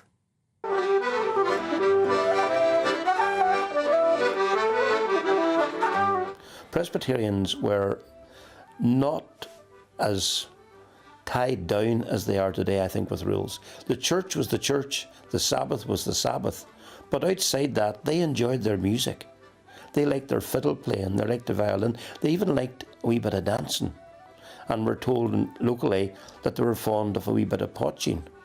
It wasn't against the law to have a wee drink now and again. And they were a happy people. They were a God-fearing, hard-working, and, you know, they were a rough people in many ways. They weren't delicate in that sense, but they were the sort of people who would survive well in America. This really was the tale of two cities. To steal a quote, it was the best of times, it was the worst of times. And when the 5 ships reached the New World, they really did hope that the worst of times were behind them. They had faced high seas, the potential for piracy, starvation and disease. The 5 ships would not only bring resourceful people, but political thought. And unbeknown to those on board, their actions in Ireland had already caused unrest in the New World. Particularly those Ulster Scots personalities in the 17th century, those tens of thousands of people who migrate to what becomes the United States, those ideas, those theological principles, those political ideas all travel with them. So it's a migration not just of people, but of principles and beliefs. And that goes on to form the bedrock of what becomes the United States. During the Williamite Wars in 1689, when James II is sort of overthrown and all the Derry and Londonderry fighting starts happening, we get word of that here in New England. And what that causes here is another revolt where New Englanders rise up and they oust Edmund Andros. They put our former governor, Simon Bradstreet, back in control, and we sort of reestablish the Massachusetts Bay Colony. None of that could have happened without the Williamite Wars and without what happened in Londonderry, especially with the ousting of James II. At first, the Puritans were uncertain about their new arrivals and their perceived lack of conservative values. They soon found common ground, though, in their quest for religious freedom. And of course, the Puritans in 1630 were fleeing, a lot of them, from Denmark because they had been ousted for religious persecution from England. So from very early on, especially with Andros in 1689, what you see here is all of these people that had been connected banding together because it is this anti-corruption sentiment which has always been purely New England.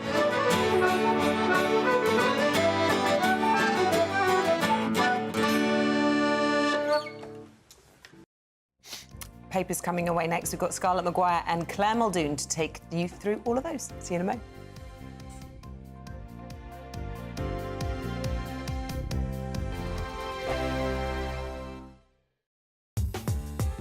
I'm Christopher Hope. From pop stars to politicians, I'll interview anybody in a pub who's got a political opinion. Join me every Friday on Spotify, Apple Podcasts, YouTube or gbnews.com, or wherever you get your podcasts.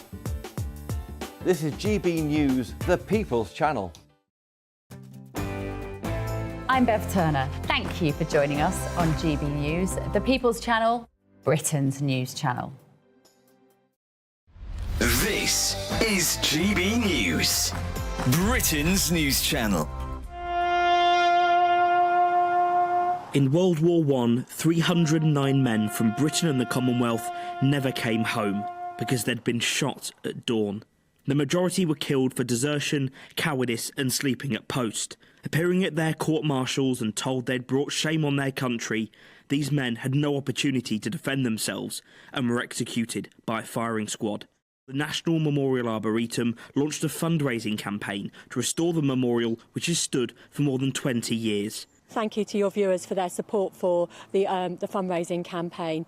And thanks to the generosity of so many people, we've been able to replace all 309 of the posts that represent those young men that were shot in the First World War. Restoration of this really precious memorial. The centrepiece of the memorial is the young soldier, blindfolded and facing his execution. In September 1916, Private Harry Farr was ordered to the front. Already suffering from shell shock, he was overwhelmed and refused his orders. He was court-martialed, and in a trial lasting only 20 minutes, he was sentenced to death. On the day of his execution, he faced the firing squad without a blindfold. Janet Booth is Private Farr's granddaughter and was part of the public campaign to have those who were shot at dawn officially pardoned. When I asked my gran, do you know where I could find Harry's grave? And she looked at my mother and there was this sort of look between them, and then she said, well, he hasn't got a grave because they didn't warrant, he deserved one because he was shot as a coward and had let his country down. We can come here as a family and pay our respects to him, and also for all the other families, it's somewhere to come and remember their loved ones. The People's Channel. I'm Andrew Pearce. This is GB News, the People's Channel, Britain's news channel.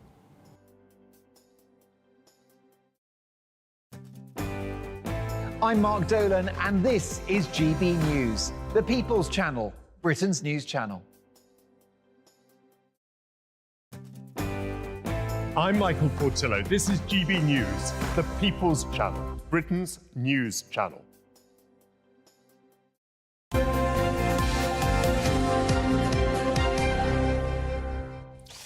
Right, we're looking through the papers in the company of the broadcaster Claire Muldoon and the former Labour advisor Scarlett Maguire, who I have to say does have an extra spring in her step this week. You are a little bit happier than normal. Not that you're not normally happy, but even happier, it has to be said. Maybe, Claire, you're She's a bit even dressed for the occasion. A little bit of doom for Muldoon this week, perhaps. But let's start with you, Claire. Yeah. This is about Nigel Farage, and he was talking about that little man, John Bercow, making a dig at somebody about something that happened 8 years ago. It's just, I mean, did you see him yesterday? Backbenches in the Houses of Parliament. I mean, he was just, he felt like the king, I'm sure. The king of reform. Here we go. A new reformist for the Reformation. Nigel Farage, he mentioned to Lindsay Hoyle, you know, I'm so pleased you're here. You're so much better than John Bercow. He got re-elected yesterday. Yes, he Speaker did. Of the Commons, So I wonder what's going to happen. You know, it's going to be fun and games in the Houses of Parliament going forward. And it's always really nice to, I love a visual, and to see the visuals of the Labour, the new incumbent government are sitting next to the Lib Dems and the Blues and all the independents. And do you know what the best bit about the colour? What? There was hardly any yellow. Hardly any SNP You there. hate them so Made much. my day. Almost as much as the same for Nigel Farage not having John Bercow, who he said tried to stop Brexit. Nigel Farage amazes me. He's always at ease everywhere he is. He was very comfortable speaking whether you support him or don't support him, whatever.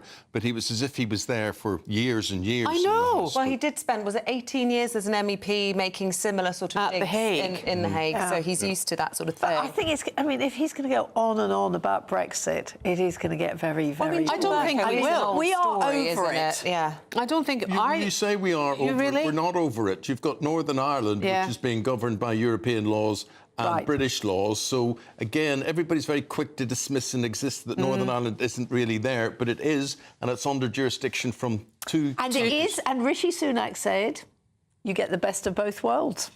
I agree with you there, but then you had that Egypt Boris Johnson who had no attention to detail at all, and who just said whatever, and the Northern Irish deal went through, and he's got a lot to answer It will for. be interesting to see, since we're on the topic, what the changes that Labour make will be. Whether They'll it will not do just be whether it'll just be in relation to trade, or whether, as they've been making the noises, they'll try to return things like Erasmus, where youngsters were able to move more freely between the countries. Can I say, That's been a Isabel, big my loss for young son people. went on an Erasmus. It changed his life. I mean, he spent a year in Chile, so he was fluent in Spanish, but so fluent then when I met him in Los Angeles, the people at the reception desk of the hotel where I was asleep thought he was Chilean, that he was a Latino. But South America isn't anything to do with children going there to do a year out now. That's got nothing to do with Brexit nor Europe. But the Erasmus thing, there are other ways that kids can actually go and live in other countries. It's not happening, and it was done through Erasmus, and that was offered, and now it's not. And I think it's a real shame, and I think it's great that people could do it. And what I do think is there will certainly be trade, because what's really important is that in October we're supposed to have these trade barriers up, which is going to cost an awful lot of money, and whether we can, as the Tories have been doing, kick the can down the road. Well, perhaps if Europe hadn't behaved like a spoilt child through the divorce of Brexit, it might be easier all round if they actually got a grip and listened to what Britain need and what they need from Britain. The whole of Europe's crumbling at the moment. That's what I hope is going to happen. Okay. And I have to say that there were two sides behaving like spoilt children.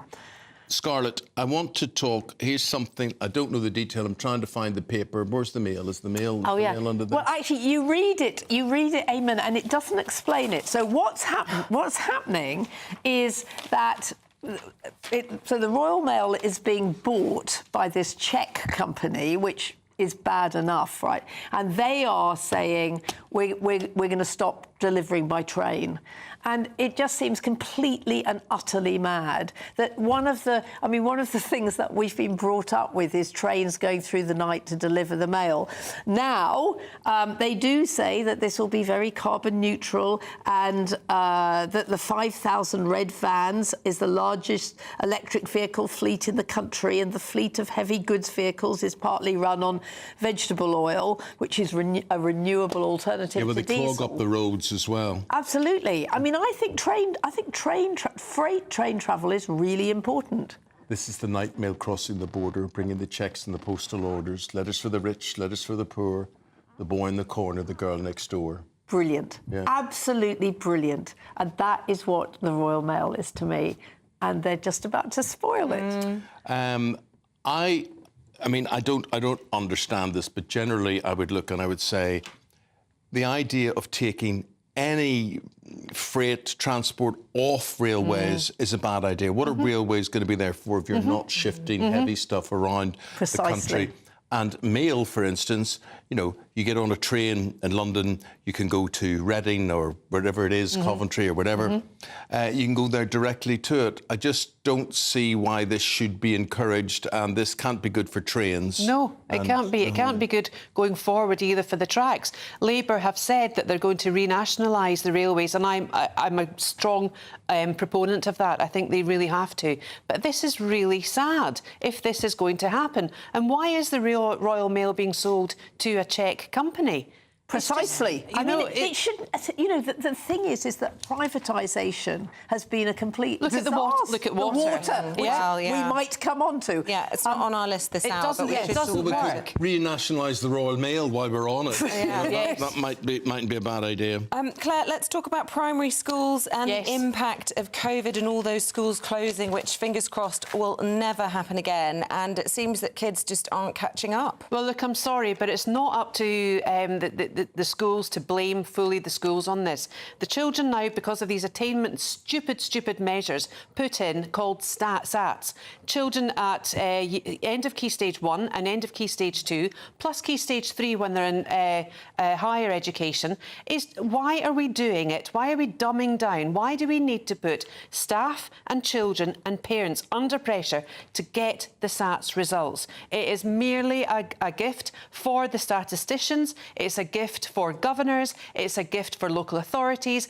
It's not a gift for the children. I would say just at the end of Key Stage 1, because I've just been through it recently, the children aren't aware that they're being assessed. It's done in a very clever way. Isabel, I promise you they're not. I promise you they're not aware that they're being assessed. They know where they are. If they're in a circle group or if they're in a triangle, if they're in a square, kids can pick up. They know who the bright kids are. But it's important to know and have a measure, is it not, on how parents our schools should know doing? that. Yeah, they should know that. Parents should know where the children are. If our children have been failed in some way and to be able to monitor it. As a parent, I want to know how the school's doing, how my child's doing. How else but do you do it? But Isabel, there's more to schooling than SATs. There's more to schooling than the 3 Rs. There is the development of the child. But if the 3 Rs are going down the pan, as these figures suggest, does that not worry you?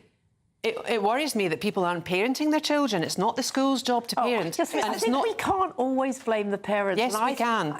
I really don't agree. And I think I think you're right. I think that the thing about the SATs, and I know that when it was for my daughter, that actually a lot of her friends, they discovered there were reading problems. So actually what they did was they got these kids and they started them to bring them up. I mean, since then, some of them have been to university, whatever. But I do think that you need to pick up problems with children really early on. I don't think it's the responsibility of the parent to teach your children to read and write and to do math. It's the duty of and the responsibility of the parent to underpin what's being taught in the school. What's the duty of the school, then? To teach it initially, but it's going down the Claire, pan. What you're really saying, so if you've got difficult, incompetent parents, then the child's gonna feel. I mean, no, yes, I'm not saying that. I did read to my child every Scarlett, evening. I'm not saying that, so don't put words in my mouth. What I am saying, parents need to step up. But what parents do need to step up. Parents don't. What do you do when the parents don't? But you can't just rely on a flimsy exam to see that these stats aren't a measure of how well the children are doing. It's how well the school is doing, and that is no good for the child. The child has to. I was in a class back in the 70s, and you would have been the same, of 30-odd kids. 44. With one teacher, no teaching assistants, no playground supervisors, absolutely nothing. I'm quite articulate. I can read. I can write. You can talk. And I can... Don't you just love it? Don't you just love it? But you've hit upon something. I've just been listening to you all thinking about this, and I don't really have an answer from this. I'm not from an academic household. My parents weren't educated. Yeah. Well, they were, but to a certain extent. They weren't. You know, and yet they would sit with us with their homework. They would teach words, whatever. They would do their best, but the teachers were gods to them. It was the master. What did the master want from you, or whatever. And I was so lucky that I had a primary school, for instance. I don't know how it worked, but it worked really well. Yes. I passed my 11 plus. It was 44 kids in the class. 44 kids. I think 9 of us passed the 11 And many of you had ADHD, you know, lots. And I think we need to take the microscope and the absolute microscope off of it. We need to get back to basics. We need to get children in a room. We need to teach children the basics of how to be kind, of you're good at that, you're great at that, you help out. I think that's the role of parents. I think you've got it the wrong way round, if I may say respectfully. I think the parents should be teaching their children how to be kind. The school should be teaching them how to read and write, and the school should be monitored on how well they're doing that. And I speak as someone whose child's school has been downgraded, and you can see there's been a decline in the standards at my daughter's primary school. So, you know, that worries me, and we need to be aware as parents and be able to put pressure on our governors and so forth. How else would it be able to do that if there wasn't some monitoring of that? I personally think that we put too much pressure on parents to do everything, and actually the schools should be stepping up. Well, the things parents should be doing is sending their children to school toilet trained, and being able to brush their teeth, and using a knife and fork and all sorts of things. And these responsibilities are increasingly falling on teachers. And I would just like to say, we should be treasuring teachers. Absolutely. We should really be building them up and telling them theirs is an important job, a really fantastic job, and we appreciate what you do because money won't pay them for that. I couldn't do their job.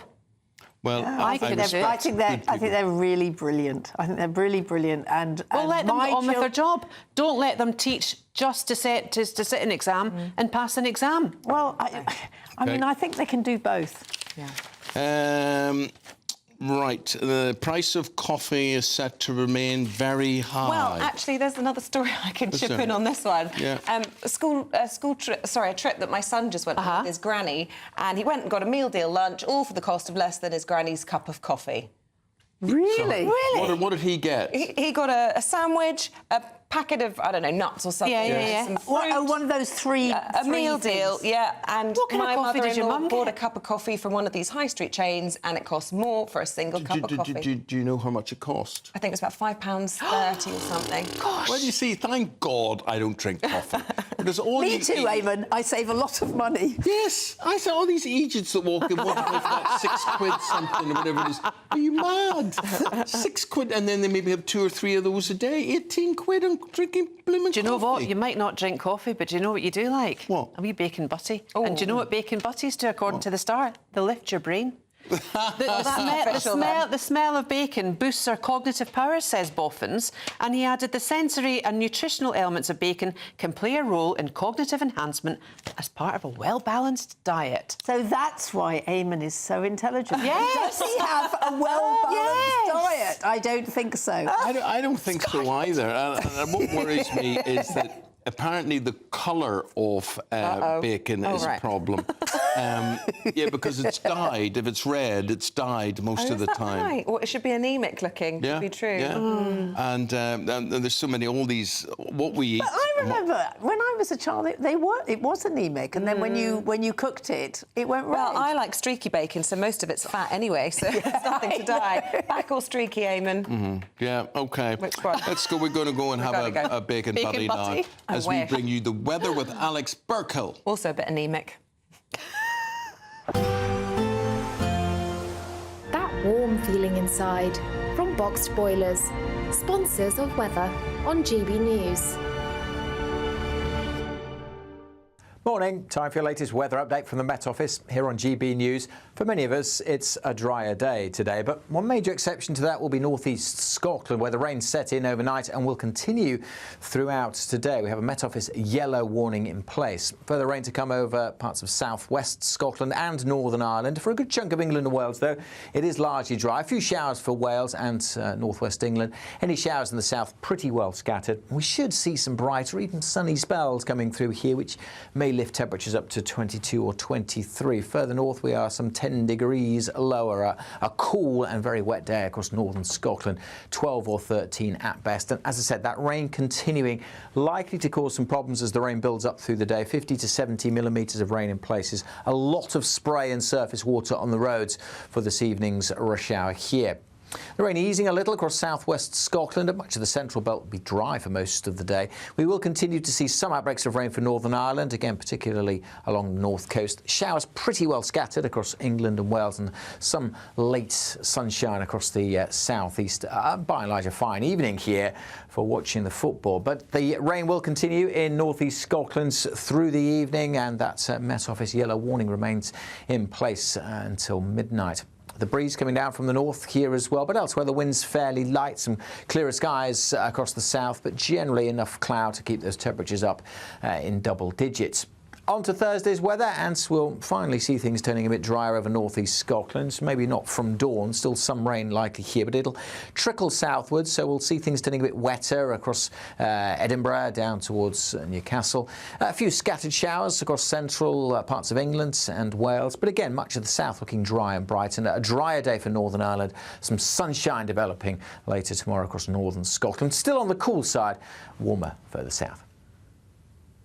Looks like things are heating up.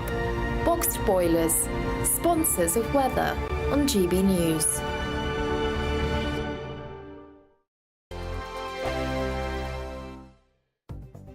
The latest GB News travel.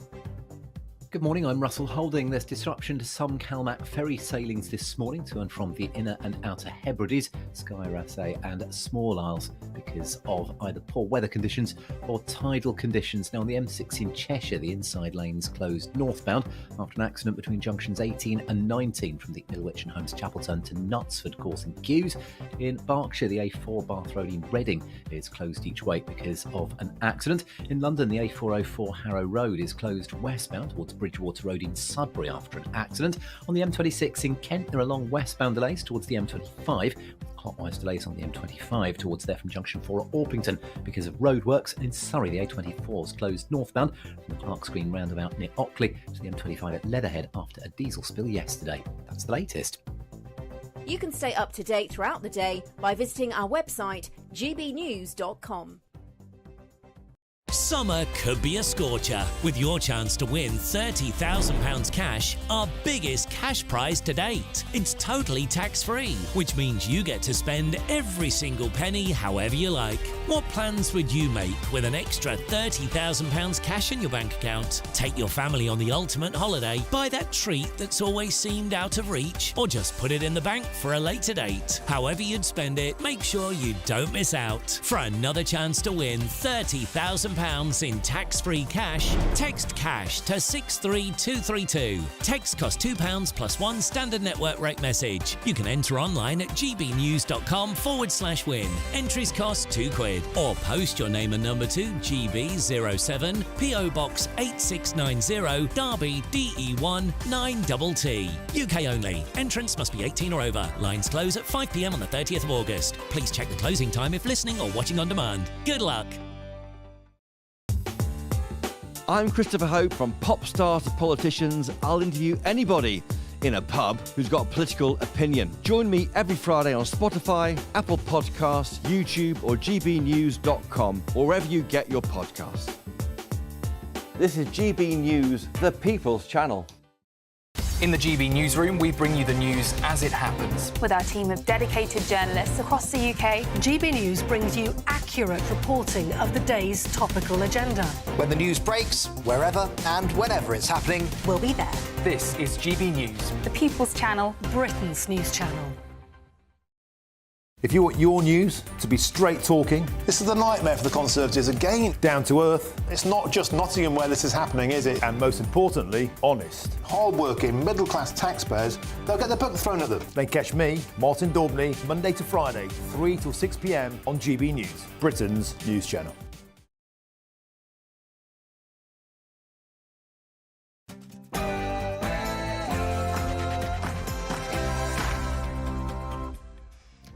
Football fever is gripping England. England's taking on the Netherlands in the Euros semi-final at 8 o'clock tonight. The Three Lions will face Spain in the final if they win. England will play their 6th major tournament semi-final against the Dutch in Dortmund tonight. And awaiting the winners of Euro 24 final on Sunday will be Spain, who beat France 2-1 last night. And if a no-look penalty is good enough for Ivan Toney, then a no-look sports headlines is good enough for me. Very good. The Prime Minister, Sir Keir Starmer, is looking to increase defence spending as he arrives in Washington for his first ever NATO summit. Earlier, we spoke to the Minister for Armed Forces, Luke Pollard. As a government, we're committed to 2.5% of our GDP being spent on defence. We know we're living in more uncertain and difficult times at the moment. Donald Trump challenges Joe Biden to another TV debate as Democrats fear the president doesn't have what it takes to win the election. And a royal biographer has claimed that Prince Harry could return to the UK permanently, but would Meghan join him? Morning. For most of us, a drier day today, but let's face it, that wouldn't be too tricky. One major exception, northeast Scotland, where the rain will continue, and there is a Met Office yellow warning in place. Join me later for a full forecast. On this Wednesday morning, a very good morning to you. I'm Eamonn Holmes. I'm Isabel Webster, and this is GB News Breakfast.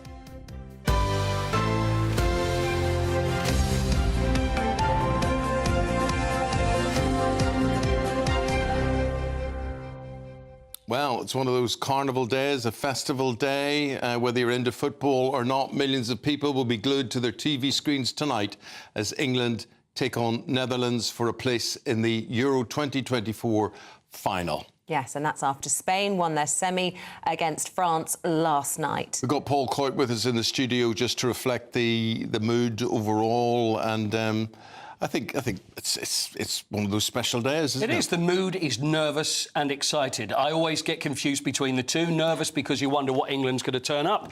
Excited at what the possibility's going to be. It's the sixth, as I mentioned, sixth major tournament semi-final. The first was in '66 when England beat Portugal with a Bobby Charlton screaming goal.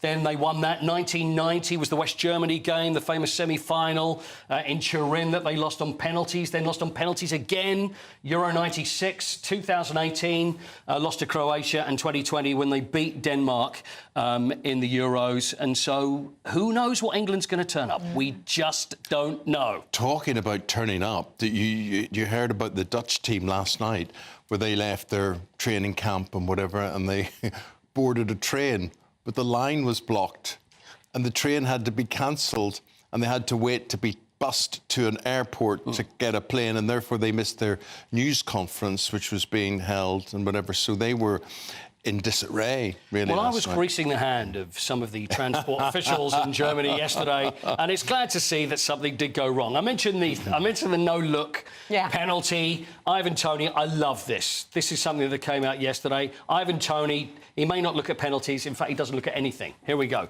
Including Connect Four. And no-look darts. How did he do? How did he do with those three darts? Three that's bullseyes. Not bad. Yeah. And he's reading a book there. No-look reading there from Ivan Toney. Oh, slam dunk. No-look basketball. What a talented man. But the trouble is, they'll be studying his form, won't they? They'll be prepared for a no-look penalty if, heaven forbid, it comes to penalty all over again. How could you prepare I for a no-look don't know. penalty? You would just grow, I suppose, as the goalie. Well, so you got everything covered. The thing is, if that's it. So if he's not looking, does he not look at the goalkeeper first? I don't think so. He just walks up. I mean, it's an amazing talent to be able to do it. But when the pressure really kicks in, I mean, he's a tough kid.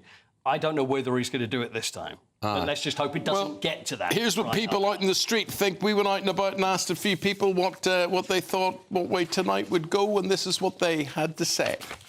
I think England are going to make it to the final, especially after what's been going on these few couple of games. I think we're going to make it to the final. What are you? Same thing, really. I think they're going to make it, yeah. I'm not quite sure. It's not been very exciting up to press, so we shall see. England have played well so far. It's just Southgate's not really put the players in the right position and all that. Like, he has made quite a few hiccups, and loads of people have been complaining about Southgate. So I hope England do win, but if they don't, then it's just normal for England. But we can only hope. Yeah. So it's coming home? Yeah, it's coming home, man. It's coming home. Yeah, it's coming home. Well, if it does, boys, it'll help lift the gloom and the mood, that awful weather that we were looking at there. And I mean, it kind of sums up the tournament so far for England, really. Oh, well, I would say that. Well, I know what you're saying, but it's early days. We've still got a semi-final. Then, each game as it comes, all that sort of stuff, every cliche I can think of. I'm very excited. But it's not early days. We're in the semi-final. Oh, yeah, I know. It's time to bring out a good performance, though, not just leave it to the penalties. Can't cope with that again. Mr. Paul, see you again, 20 OK, look forward to it. I'll be shaking in the room next door. Talking about good performances, Sir Keir Starmer is in Washington. It's his first NATO summit. He's going to meet world leaders for the alliance's 75th anniversary. And this is as the Prime Minister remains committed to increasing defence spending to 2.5% of GDP following a review into the country's military capabilities. Now, reports suggest that he could also boost the size of the army in a bid to tackle foreign aggressors. Joining us now from our Westminster studios, GB News political correspondent Olivia Utley on this. Tell us more, Olivia.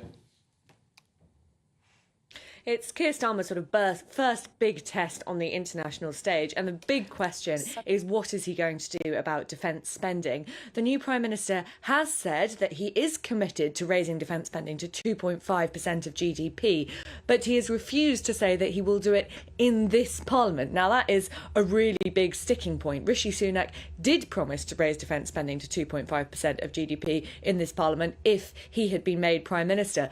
The other problem is that senior army officials, including the outgoing head of the army, General Sir Patrick Sanders, has said that 2.5% of GDP just isn't enough, and actually it needs to be closer to 3%. Will Starmer listen to that? At the moment, what he's promised is a strategic defence review, which we'll begin to hear details of this today, hopefully later today, and that will hopefully include increasing the size of the army. But how exactly he's going to do that without raising GDP, raising defence spending by a significant amount, remains to be seen. Perhaps we'll hear a little more when this strategic defence review comes out. Interesting to see that Starmer's personal polling has gone up. I think, was it 8% or so, to 44% favourable. I mean, there's always a bit of a bounce, isn't there, for new leaders. How much of a test will it be, seeing him in a bilateral with President Biden, and whether or not he can sort of command authority on the international stage, Olivia?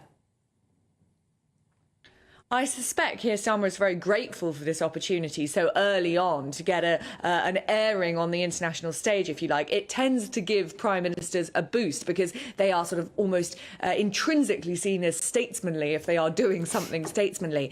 It has been a bit of a problem for Starmer up until now that his own personal opinion ratings have been much lower than the Labour Party. And of course, as we're all very aware, the Labour Party won this enormous majority on a relatively small vote share, just 35%. That is something which Starmer is hugely aware of, and that is why I suspect he did that whistle-stop tour of the UK in his first few days as Prime Minister. But as I say, I suspect he'll be pretty grateful for this opportunity to have a showing on the international stage and to kind of prove himself to be the statesman which he certainly believes he is. A quick word about the Tories, if you will, Olivia, because we've had appearances from Suella Braverman, who appeared at the PopCon conference yesterday. We've had lots of comments from Kemi Badenoch, and we also have a new head of the influential 1922 committee. So bring us up to speed on where we're at with the Tories. Yes, Bob Blackman has been made the chairman of the 1922 committee. The whole vote last night for the 1922 committee chair descended into a bit of a farce. They were told that the voting was open between 5 and 6, but about 5:45 the voting seemed to close, so no one seems too happy about that. The chairman of the 1922 committee will have quite a lot of power because they will get to decide how the contest for the new Conservative leader is done. We still don't know when that contest is going to be. It sounds as though Rishi Sunak would like to be out of office by October, by the party conference, and most Conservatives I'm speaking to would like to see a new leader in place by then. But I think we can still expect a few weeks delay before that contest begins. At the moment, most Conservatives are focused on sort of hunkering down, working out what went wrong, showing some sort of contrition to their constituents. So I think it'll be a few weeks before that contest begins. When it does, we know the main figures in the game. It's going to be Suella Braverman, Priti Patel, Kemi Badenoch, Tom Tugendhat, perhaps another name or two thrown in the ring. OK. Olivia, thanks very much indeed. Appreciate it. We're going to look at other stories making the news on this Wednesday morning. Moscow has put out an arrest warrant for Yulia Navalnaya, the wife of the late Russian opposition leader Alexei Navalny. The Kremlin's accusing Navalny's widow of taking part in extremist groups, according to them, some 5 months after her husband died in a Russian penal colony. An air stewardess trapped in Dubai is facing jail after being charged with alcohol consumption and attempting to take her own life. Tori Towie is 28 years of age. She's begging to return to Ireland, where she's from, and the Irish Taoiseach Simon Harris has promised to help her arrive home safely. Alec Baldwin's trial begins today over the fatal shooting of a cinematographer on the set of the film Rust. The 66-year-old Hollywood actor is facing a charge of involuntary manslaughter after he accidentally shot 42-year-old Halnia Hutchins in October 2021.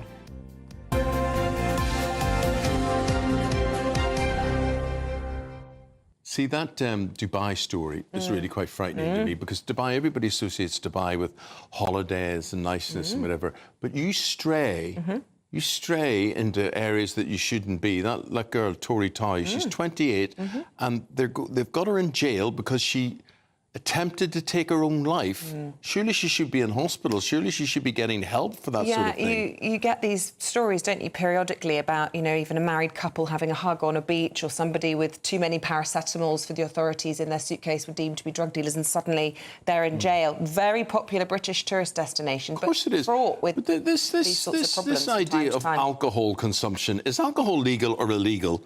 You go to every hotel in the place, you can get alcohol. Costs a fortune, but yeah. Well, you get there's alcohol's freely available, and then suddenly, what if you drink it at home? You're in big trouble with it.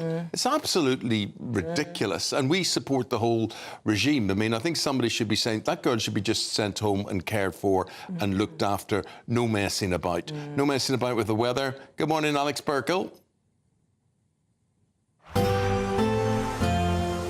A brighter outlook with Box Solar, sponsors of weather on GB News. Morning, time for your latest weather update from the Met Office here on GB News. For many of us, it's a drier day today, but one major exception to that will be northeast Scotland, where the rain set in overnight and will continue throughout today. We have a Met Office yellow warning in place. Further rain to come over parts of southwest Scotland and Northern Ireland. For a good chunk of England and Wales, though, it is largely dry. A few showers for Wales and northwest England. Any showers in the south pretty well scattered. We should see some bright or even sunny spells coming through here, which may lift temperatures up to 22 or 23. Further north, we are some 10 degrees lower. A cool and very wet day across northern Scotland, 12 or 13 at best. And as I said, that rain continuing, likely to cause some problems as the rain builds up through the day. 50 to 70 millimetres of rain in places. A lot of spray and surface water on the roads for this evening's rush hour here. The rain easing a little across southwest Scotland, and much of the central belt will be dry for most of the day. We will continue to see some outbreaks of rain for Northern Ireland, again particularly along the north coast. Showers pretty well scattered across England and Wales, and some late sunshine across the southeast.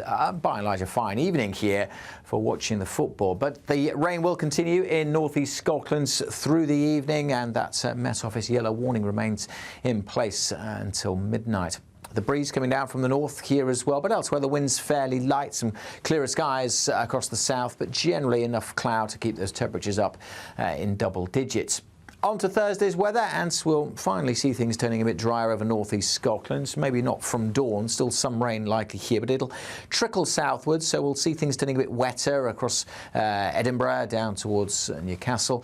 A few scattered showers across central parts of England and Wales, but again much of the south looking dry and bright, and a drier day for Northern Ireland. Some sunshine developing later tomorrow across northern Scotland. Still on the cool side, warmer further south. That warm feeling inside from Boxed Boilers, sponsors of weather on GB News. Do you know what I really need? Really. Tell you what I want, what I really want. The Spice Girls. 30 grand. Oh, 30 that'd grand. be nice. Yes, that would be very, very nice. And I'm sure I'm not alone. I'm sure you would like 30 grand. But I know someone who's giving 30 grand away. Who? That is the Great British Giveaway. Here's how it could be yours. Summer could be a scorcher, with your chance to win £30,000 cash, our biggest cash prize to date. It's totally tax-free, which means you get to spend every single penny however you like. What plans would you make with an extra £30,000 cash in your bank account? Take your family on the ultimate holiday, buy that treat that's always seemed out of reach, or just put it in the bank for a later date. However you'd spend it, make sure you don't miss out. For another chance to win £30,000 £2,000 in tax-free cash, text CASH to 63232. Text costs £2 plus one standard network rate message. You can enter online at gbnews.com/win. Entries cost £2 or post your name and number to GB07 PO Box 8690 Derby DE1 9TT. UK only. Entrance must be 18 or over. Lines close at 5 p.m. on the 30th of August. Please check the closing time if listening or watching on demand. Good luck. There we go. Now we're asking in just a moment, will he stay or will he go? Who am I talking about? President Biden, of course. Stay with us for that.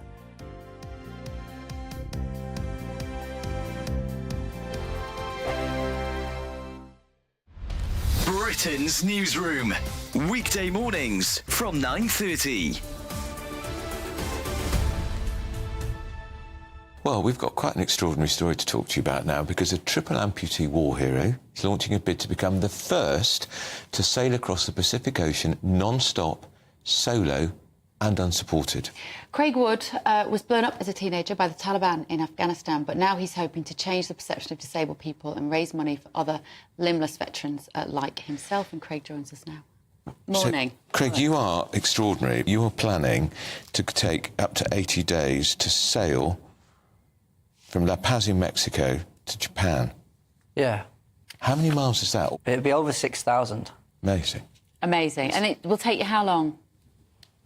The minimum it's going to take me is 60 days. It could be up to 80. Yeah.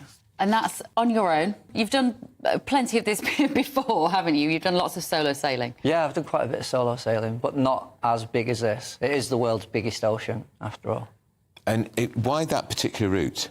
I wanted it to be a challenge, not just for me, but for anyone. Right. So any able-bodied person can look at this and go, wow, that is difficult. Yeah. And so that was the main drive.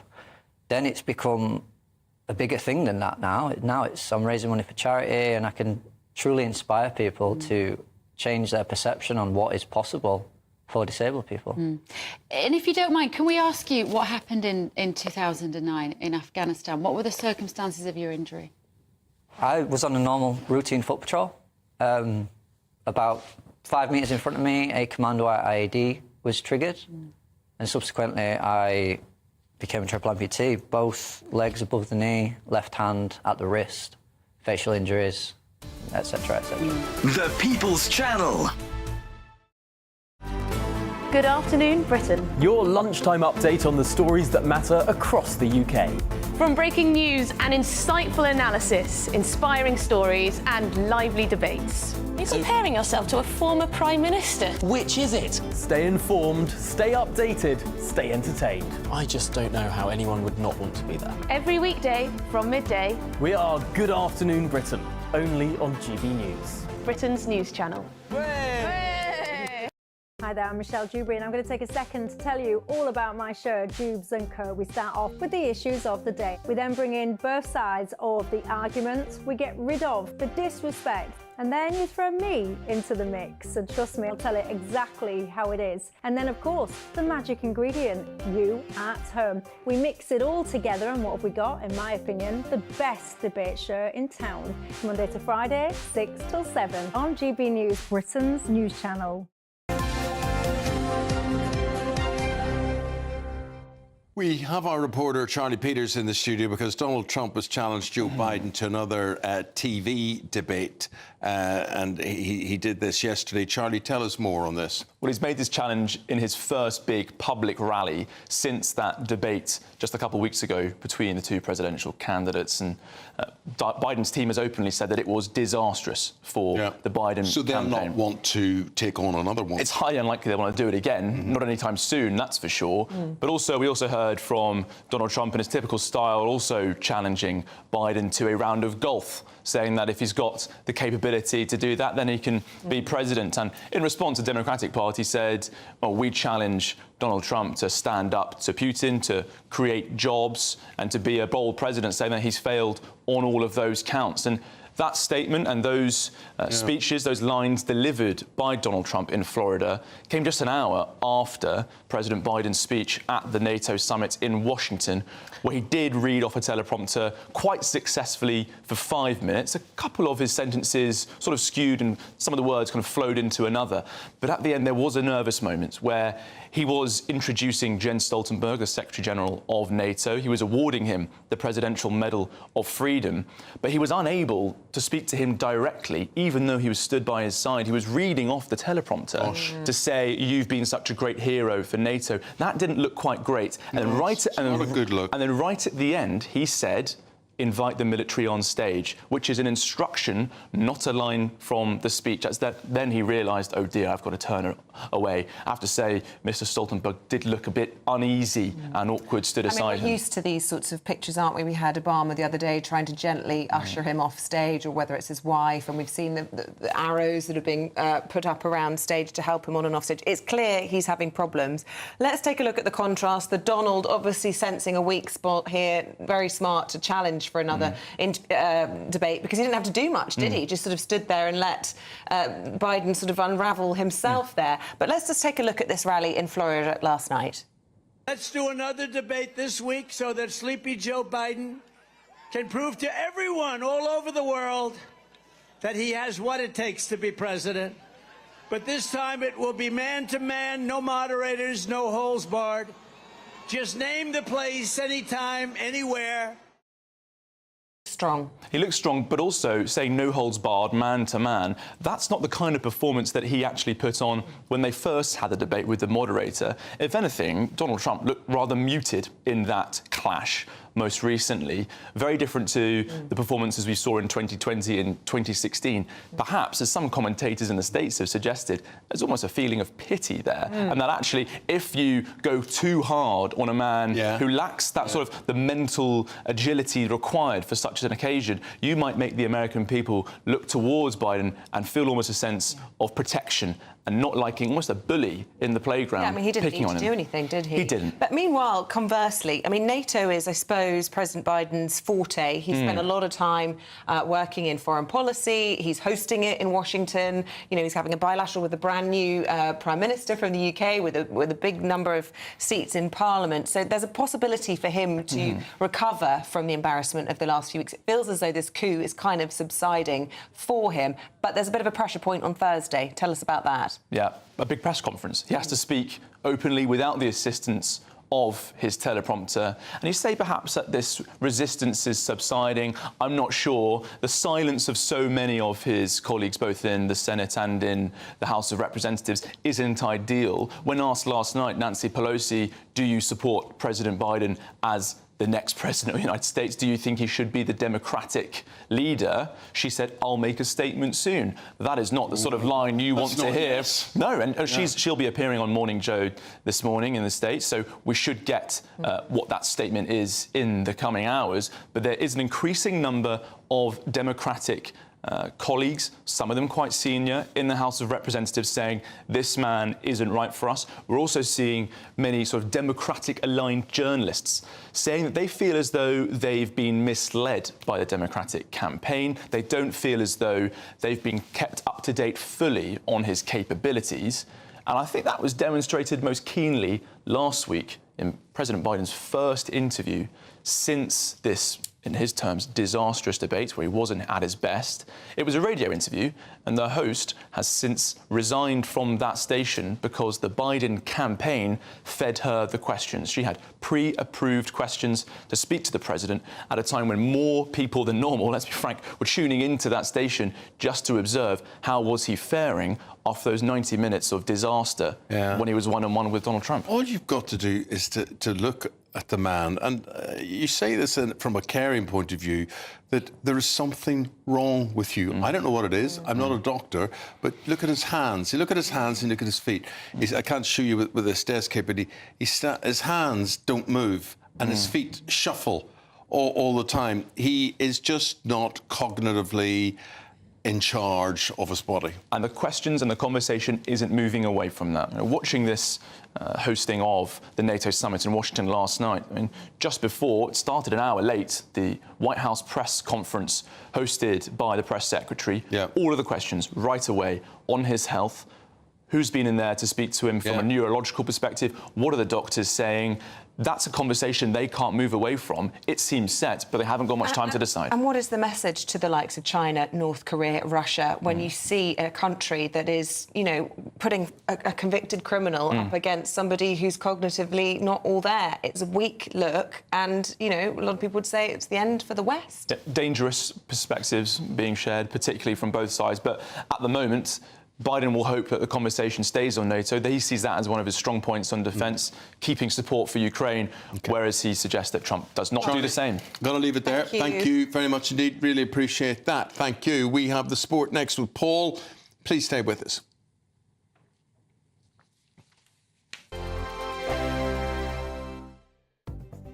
The latest GB News travel. Good morning, I'm Russell Holding. There's disruption to some Calmac ferry sailings to and from the Inner and Outer Hebrides, Skye Raasay and the Small R's because of poor weather conditions and tidal conditions. On the M6 in Cheshire, the inside lanes closed northbound after an accident between junctions 18 and 19. From the Middlewich and Holmes Chapel turn to Knutsford, causing queues. In Berkshire, the A4 Bath Road in Reading is closed each way after an accident. In London, the A404 Harrow Road's closed westbound towards Bridgewater Road in Sudbury after an accident. On the M26 in Kent, there are long westbound delays approaching the M25 because of roadworks. Delays still on clockwise M25 towards there from junction 4 at Orpington. And in Surrey, the A24 is closed northbound from the Clark's Green roundabout near Ockley to the M25 at Leatherhead after a diesel spill yesterday. And that's the latest. You can stay up to date throughout the day by visiting our website, gbnews.com. Are the newspapers getting you down? My wife didn't divorce me that month. Struggling to separate the wheat from the chaff? I know that it's a bit of a circus at the best of times. Well, don't worry, Headliners has got you covered. We'll take the burden of reading the day's news, and if we get depressed, who cares? It's an occupational hazard, frankly. That's Headliners on GB News from 11 p.m. till midnight, and the following morning, 5 till 6 a.m. on GB News, the comedy channel. Nah, just kidding. Britain's news channel. Hi there, I'm Michelle Dewberry, and I'm going to take a second to tell you all about my show, Jubes & Co. We start off with the issues of the day. We then bring in both sides of the argument. We get rid of the disrespect. And then you throw me into the mix. And trust me, I'll tell it exactly how it is. And then, of course, the magic ingredient, you at home. We mix it all together, and what have we got? In my opinion, the best debate show in town. Monday to Friday, 6 till 7 on GB News, Britain's news channel. Join me, Neil Oliver, every Sunday night at 6 p.m. on GB News. And if an hour is not nearly enough for you, go to gbnews.com for special extended episodes online every Friday at 9 p.m, where we can truly get into the nitty-gritty of what's going on. GB News, Britain's news channel. In the GB newsroom, we bring you the news as it happens. With our team of dedicated journalists across the UK, GB News brings you accurate reporting of the day's topical agenda. When the news breaks, wherever and whenever it's happening, we'll be there. This is GB News, the People's Channel, Britain's news channel. We're proud to be GB News, the People's Channel. And as you know, we always love to hear your views. Now, there's a new way of getting in touch with us at gbnews.com/yoursay. By commenting, you can be part of a live conversation and join our GB News community. You can even talk to me, Bev Turner, or any of the members of the GB News family. We just want to talk to Paul about the Spanish winner last night. Was it the winner or was it the first one? It was the first one. It was the first one, well, yeah. France went one up, didn't they? Yeah. And then Lamine Yamal, 16 years old. 16, his wee bones are hardly formed. Are they just two? He was born in 2007, for crying out loud. He's just a kid. He's a child. And he's played already 13 times for Spain, plays for Barcelona, made his debut for Barcelona at the age of 15. And he is You know what he is? He's a wunderkind. That's what he is. Yeah. And The he's way he struck that ball last night with gay abandon. He did, yes. It was... He was playing in the midfield, wasn't he, gay abandon? No. It's an underused phrase, that, isn't it? There's no other way to We've used describe it once in the last 5 minutes, now we can't stop using it. I thought he just looked really confident, and it summed up why Spain deserved to be there. Because I thought when France went one up unusually, I thought they're going to defend this. You're not going to get by them. Well, it was a good game, though, wasn't it? Because it was very to and fro. Both played with gay abandon, I think, or abandon de gay, as they like to call it in France. But it's very interesting that Adrien Rabiot, who is one of the French defenders, he had said about Lamine Yamal before the game. He said, obviously, it would be difficult for him to deal with a semi-final in a big tournament. So this is fighting talk. He said it's up to us to put pressure on him and take him out of his comfort zone to reach a final at the Euros. He needs to do more than he's done up until now. So Yamal goes up to Adrien Rabiot, goes like that one way, goes to the left, and then curls this ball in the corner with the most unbelievable goal. And then when he celebrated, he was shouting, "Speak now, speak now." People thinking, what does that mean? And he was talking about Adrien Rabiot because he wrote a reply tweet. This was before the game. This is the 16-year-old saying, "Move in silence, only speak when it's time to say checkmate." Ooh. Honestly, it's very good for a 16-year-old. Hey, it was checkmate for James Anderson in the cricket. England against the West Indies. Just want to give him a mention. Yeah, absolutely. What a great player. Our greatest ever bowler, I would say. And it's the first test against the West Indies. So England, we're playing, obviously, a huge football game and then a very big cricket game, which starts 5-day test, begins at Lord's today. Jimmy Addison, 750 wickets, I think he's taken. Yeah. 700 wickets he's taken for England. And it's his final test, 41 years old. And he's still playing incredibly well as well. Yeah, but that's what makes it doubly difficult, isn't it, when it all ends? We're looking at two ends of the scale. We've got a 16-year-old and a 41-year-old. Yeah. So if Yamal can end up playing 16... I think it'd be nice, though, because we did speak to him yesterday, for anybody that may be a little worried about how England may do, that maybe the Netherlands are going to beat us, maybe the Netherlands are better. Well, we spoke to Rafael van der Vaart, didn't we, yesterday? One of the great Dutch midfielders, over 100 caps for Holland. He said yesterday, when we asked him who you think is going to win, this is what Rafa said.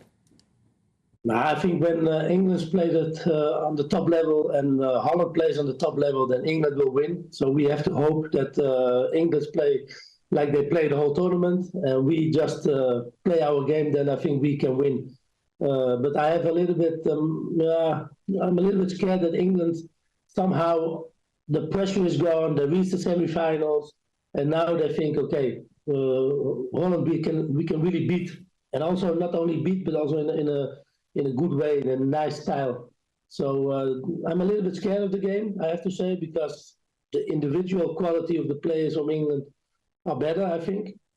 But we as a team, we really grow as a team. They are so strong. They fight for every ball. So the spirit is amazing, and of course you can also win games with spirit. He should be scared. Well, Isabel. Van der Vaart, Rafa van der Vaart. No, that's his song. Let's do a straw poll. Okay. What do you think? Score? I think we're going to win. I think I'm going to just go for what I want, basically, which is to win in 90 minutes as opposed to any extra time. I'm going to say 1-0. 1-0 England? In 90? Yeah. Right. I would like very much to see England win, but I don't think they will. I think it'll be a 2-0 win for Holland. I'd like to see England win. I would, but I just... You think they're better? I just haven't seen enough to convince me that this England team... Controversial. Go on then, Coity. That was a prediction minus gay abandon. Minus gay abandon. Okay, you need to do +2. But that's the thing. England don't play with gay abandon. Exactly. Yeah. But if only he was playing up front for us, I tell you, we'd be magnificent. Yeah. That's what we need to play with. Okay, I'm going to go for 1-1 after 90 minutes. Oh, not again. We score, we win 2-1 in extra time, and we avoid penalties. OK, all right. Okay. Someone write that down. Okay. And we'll come back to Someone tell us where the nearest betting shop is. Yeah. We'll Thank you, my friend. Yep, see you tomorrow. OK. Scarlett Maguire, Claire Muldoon, they've got the papers talking about those next.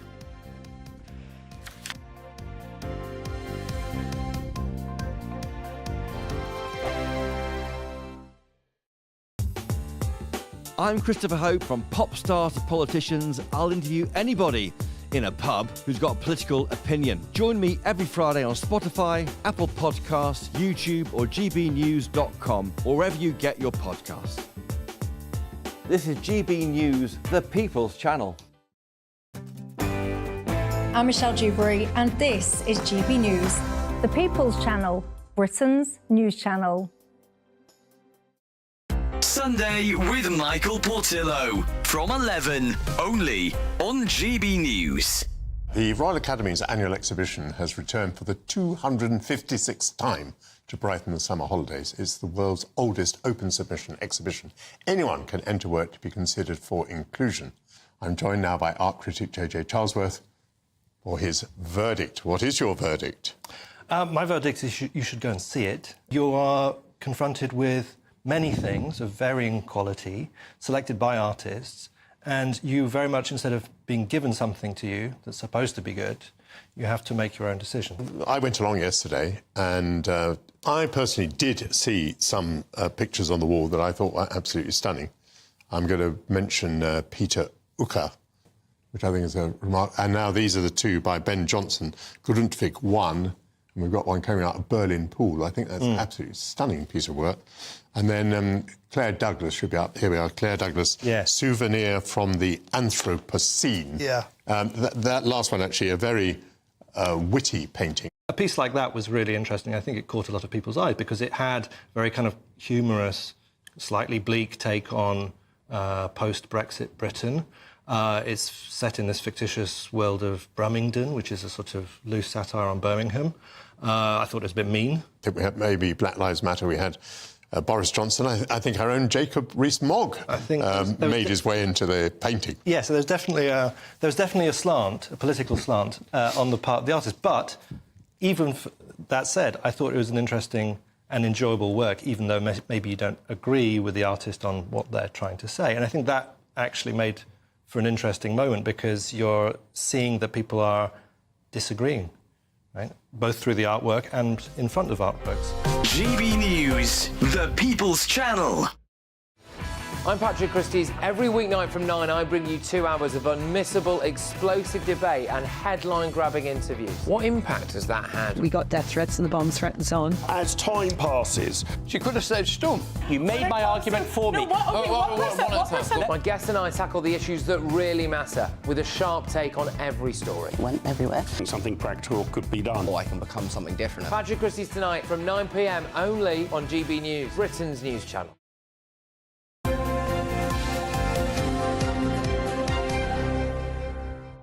Scarlett Maguire and Claire Muldoon are talking about the stories that are making the news. And over many of the front pages today is a drunk driver who took photos of his speedometer at 141 miles per hour. He's been sent to jail, but he killed a baby and he killed the baby's auntie in the car. Tell us more, Claire. Right, so Daryl Anderson was on holiday with his wife in Turkey and he arrived back. He was drinking on the plane. His wife left earlier because of his behaviour, it's alleged, and he then went to pick up his car. He then, whilst in the car, he was under the influence of alcohol, and when police came to the scene of the terrible crash, there was an empty bottle of vodka in the car. That happened on the 31st of May this year. It's amazing that this has actually gone to court so quickly, and thank goodness that it has, because this man has now been locked up at age 55 for 17 years, which means he'll get out at 50 when he's 55, and then on top of that, 2.5 years ban from driving ever again. Now, 2 things on this. This is incredibly emotive. It's disgusting on so many levels that he took his mobile phone out and took a picture of the speedometer whilst he was speeding to this crash on the A1. But also, why would you even do that? Why would you do that? Why would you even have the mental capacitance to want to do that? And the other thing is, when that man picked his keys up from the car company that he left his car with, why on earth did they hand over the keys? Why did they do that? Was anyone else surprised by the length of the sentence? I was pleasantly surprised. I was pleasantly surprised, I have to say. I agree with you. Drink drivers. Yes. And obviously, a baby was killed. Yeah, but look, that's going to mean 9 years, 8 years. But rapists don't get 17 years. Murderers don't It's get cut in half 17 years. immediately, so it is. This was an accident, of course, it'll be half, so he'll go for parole. But, you know, the things that he said, and then when he was arrested, he said accidents happen. I mean, I know clearly he wasn't in a mental state, you know, to make a cognitive, proper, you know, sorry for this. But this is just despicable. It's disgusting. I don't think you should be allowed to drink any alcohol or have any substance and drive.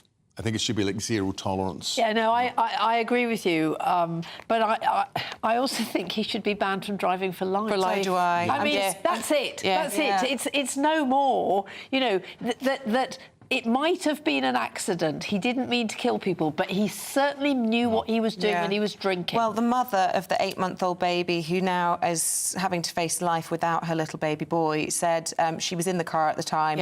I rushed to the back of the car. I could not see my baby. I was standing on wreckage, picking up smashed bits of the car and throwing them, trying to find him, but he was not there. I was screaming his name. I called 999. And so the baby had obviously been thrust out of the car. That poor child. Do you know I picked up my dead baby from the side of the road. I hugged him so tight, a hug I will never forget. He was a rainbow baby. And for anyone who doesn't know what a rainbow baby is, it's often referred to the live-born child after a mother and a father have been trying to have children before. So this was a much-wanted... Following miscarriages or Exactly. You know, Scarlett, you talk about sentences given out. Just watch any of those dangerous driving programmes, speed programmes on Channel 4, Channel 5 and whatever, and you see the most horrendous car chases involving police cars and whatever it is.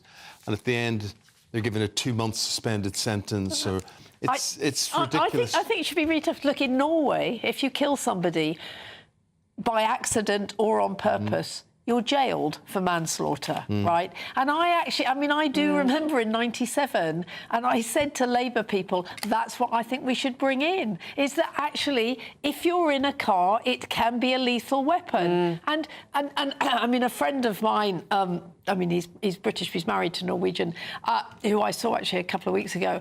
I mean, he was jailed, and it was fine. And it really wasn't his fault. I mean, you know, he went into another car because it was ice, it was in the winter. He had not been drinking. His wife actually got concussion. But that was the law, so that everybody knows that if you're in a car, you're responsible. And that's what's so terrible, is these people who sort of think, oh, it's a car. And then, you know, and then we have the problem, I'm afraid, of young men. Very true. Should we talk about Thames Water? Not only have they just paid out a dividend that exceeds the profits of the company, but the brand new boss, who was appointed in January, has been awarded a bonus of £195,000, taking his total pay to nearly £500 million, 437.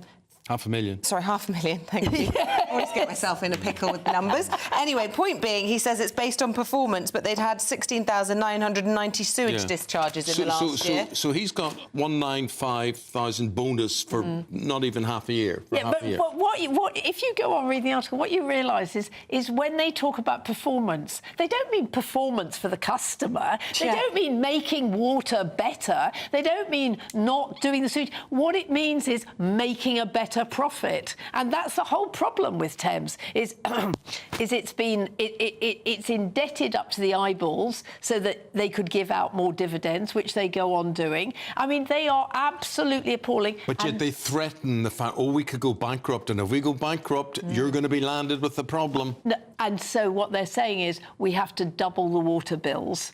Yeah. I mean, that the only way we can stay in business is... And also, of course, the chief financial officer has also had a massive bonus. So it's all about making money. And I mean, we said in the last hour, it was completely wrong to ever privatise these I think it's unethical, companies. I really do. Water is a fundamental human need and right, as is shelter.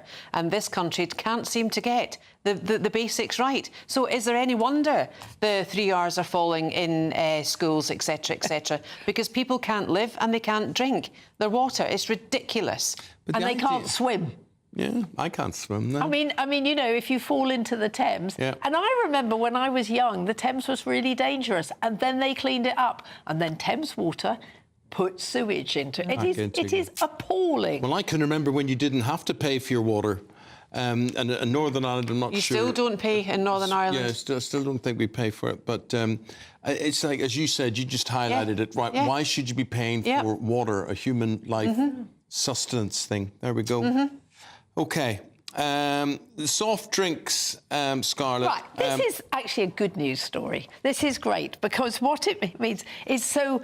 Basically, there's a sugar tax on soft drinks, which doesn't mean that you pay more for soft drinks, but it means that if you don't keep the sugar content low, then you do. Then the companies are taxed much more heavily. So what you do pay for it, Claire? Or, you do? No, it comes down. So what the companies do with the sugar tax is they bring the amount of sugar in soft drinks down, which means... Well, they don't. I know what you're saying, but basically you can still buy Coca-Cola. You just pay an extra 39p or something on top of it. But there's lots and lots of soft drinks with much lower sugar, which we have an obesity crisis, we have children with terrible teeth. But we're also being poisoned by this stuff, and no one's doing anything about it. Well, this is doing something about it. Yeah, I know. I talk as somebody who, I used to have for breakfast every morning a cold Pepsi. Yeah. You did not? I did. For breakfast? I did. And a fag, don't tell me. No. Yeah. I'd given up cigarettes. Well, actually, no, I never... Here we go. Full confession. I smoked in the evenings. And then I realised the easiest way for me to lose weight was actually just to cut out Coke. It was fantastic. No, totally agree with you. But yet, look, now I've got orange this morning, but that's poisonous too. No, there are different sorts of sugar. There's sugar in orange juice, right, which is sweet, and then there's the added sugar of soft drinks. Yeah. I remember going to this family's house that we called the Fat Family, and they opened their fridge. They had school-age children, and the whole fridge door was just full of fat, fizzy drinks. I mean, you know, it was absolutely terrible. Were you passing judgment as someone that drank whatever it was for breakfast? I didn't give it to my children. Fair enough. Give it. But what I should point out is the very stark improvement in consumption. So basically, since this tax has come in, the amount of sugar that children are consuming has reduced by almost a quarter in its first year. I think it's pretty hard to argue against that when you talk about the nanny state. Well, actually, this is changing lives and the health and the future of a generation when we have a problem with youngsters. And helping the NHS for obesity. I mean, you know, we've now got children who are developing type 2 because of obesity. We're talking about prescribing Ozempic for children because, you know, our kids are all obese now. And tooth decay. I mean, the biggest reason children go to hospital is because of teeth. Or often that's their first visit or the first foray into hospitals is to get the teeth extracted. Yeah. Claire, Jacob Rees-Mogg, the politician. Let's talk about this. What a story. I find Jacob Rees-Mogg very entertaining, compelling, very intelligent, and therefore we're going to get very eccentric as well. Yes. We're going to get a situation where he may be having his own TV show. I'm not talking about the TV show he has here on GB News, but where will this be, or what form will this take? GB News found him first, really, and what's happened is he's had production staff and film crew at his house in Somerset. They didn't know the general election would be called, so that's even made it even better for the producers. It's going to be like, can you imagine him, like Ozzy Osbourne and Sharon Osbourne at home with the Osbournes? We're going to have Mogglebox at home with him, Jacob Rees-Mogg, his children, the nanny and his wife. I think it's going to be compelling viewing. I really do. What is he doing? Allowing his privacy and his children's privacy to be broken? Well, he's not an MP anymore. He's lost his seat. Yeah, I know, but he agreed to this when he was an MP. Yeah. But I really do not understand He's how a wealthy individual. Yeah, how he's you let... public figure. And do you really want to be that famous? And I think it's really terrible for the children. I remember... children will be absolutely fine, I'm sure.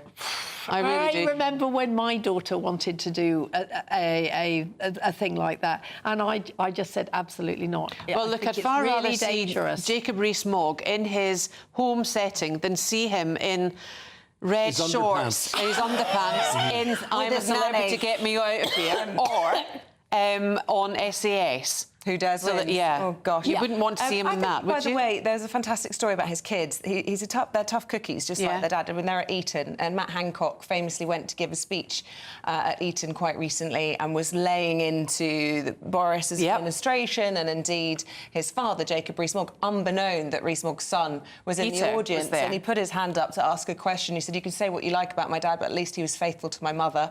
And the whole room just erupted. So that, wiped the smile off Hancock's Fantastic. face. Fantastic. Yeah, I and think we're going also- to have more of these wee sound bites to come. There we go. OK, AI-generated faces. I've seen this picture of a guy called Mark Matlock. Yep. He was a candidate for Reform. And basically, it's what you would call here... Deep fake. No. Well, when you want to tidy up your face, what do you do? Filter it. Photoshop. Unfiltered. Basically, he's taken a bit of weight off his face and made himself look smooth. But Claire, And he changed the colour of his tie. yes, that's what Which he is why claims. He had no tie, no picture. It was the colour of Reform, which is blue. turquoise. Or something like that. Well, aqua and blue, you're right. So I'm not a robot. The AI-altered Reform candidate insists. This was the chap who stood for Clapham and Brixton Hill and came 5th. He didn't turn up when the election result was called. There was and of course, we've mentioned before, there was hardly any canvassing done during this general election from prospective MPs to get their votes. So you would think, well, is he there? Is he really there? Does he really look like that? So, of course, he's come out now and said, yes, it is me. I didn't have any digital photographs to put up for the hustings or any of the leaflets for the campaign, but it is me. I am a real person.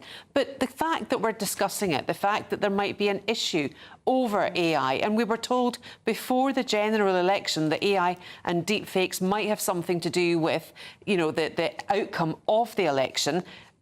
This just proves that it might just have. I'm just opening my phone to show something to Eamonn, which I'm going to describe rather than show you, but this shows you the power of AI. Yeah. I got sent this overnight, which is a doctored image of Prince William having a massive street fight. Do you know how he was being described as a lad and out there cheering on the football at the weekend? Well, this just goes to show the dangers that lie ahead in terms of altering pictures. But actually, the reason that this happened wasn't just AI. It's because there is a feeling that not all the Reform...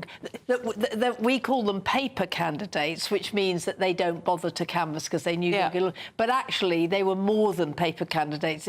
They were non-existent candidates. And this guy obviously did. I mean, and he said he didn't turn up for the count because he had pneumonia. Do you know what I'm surprised about this general election? We haven't actually heard any fallout from the postal voting.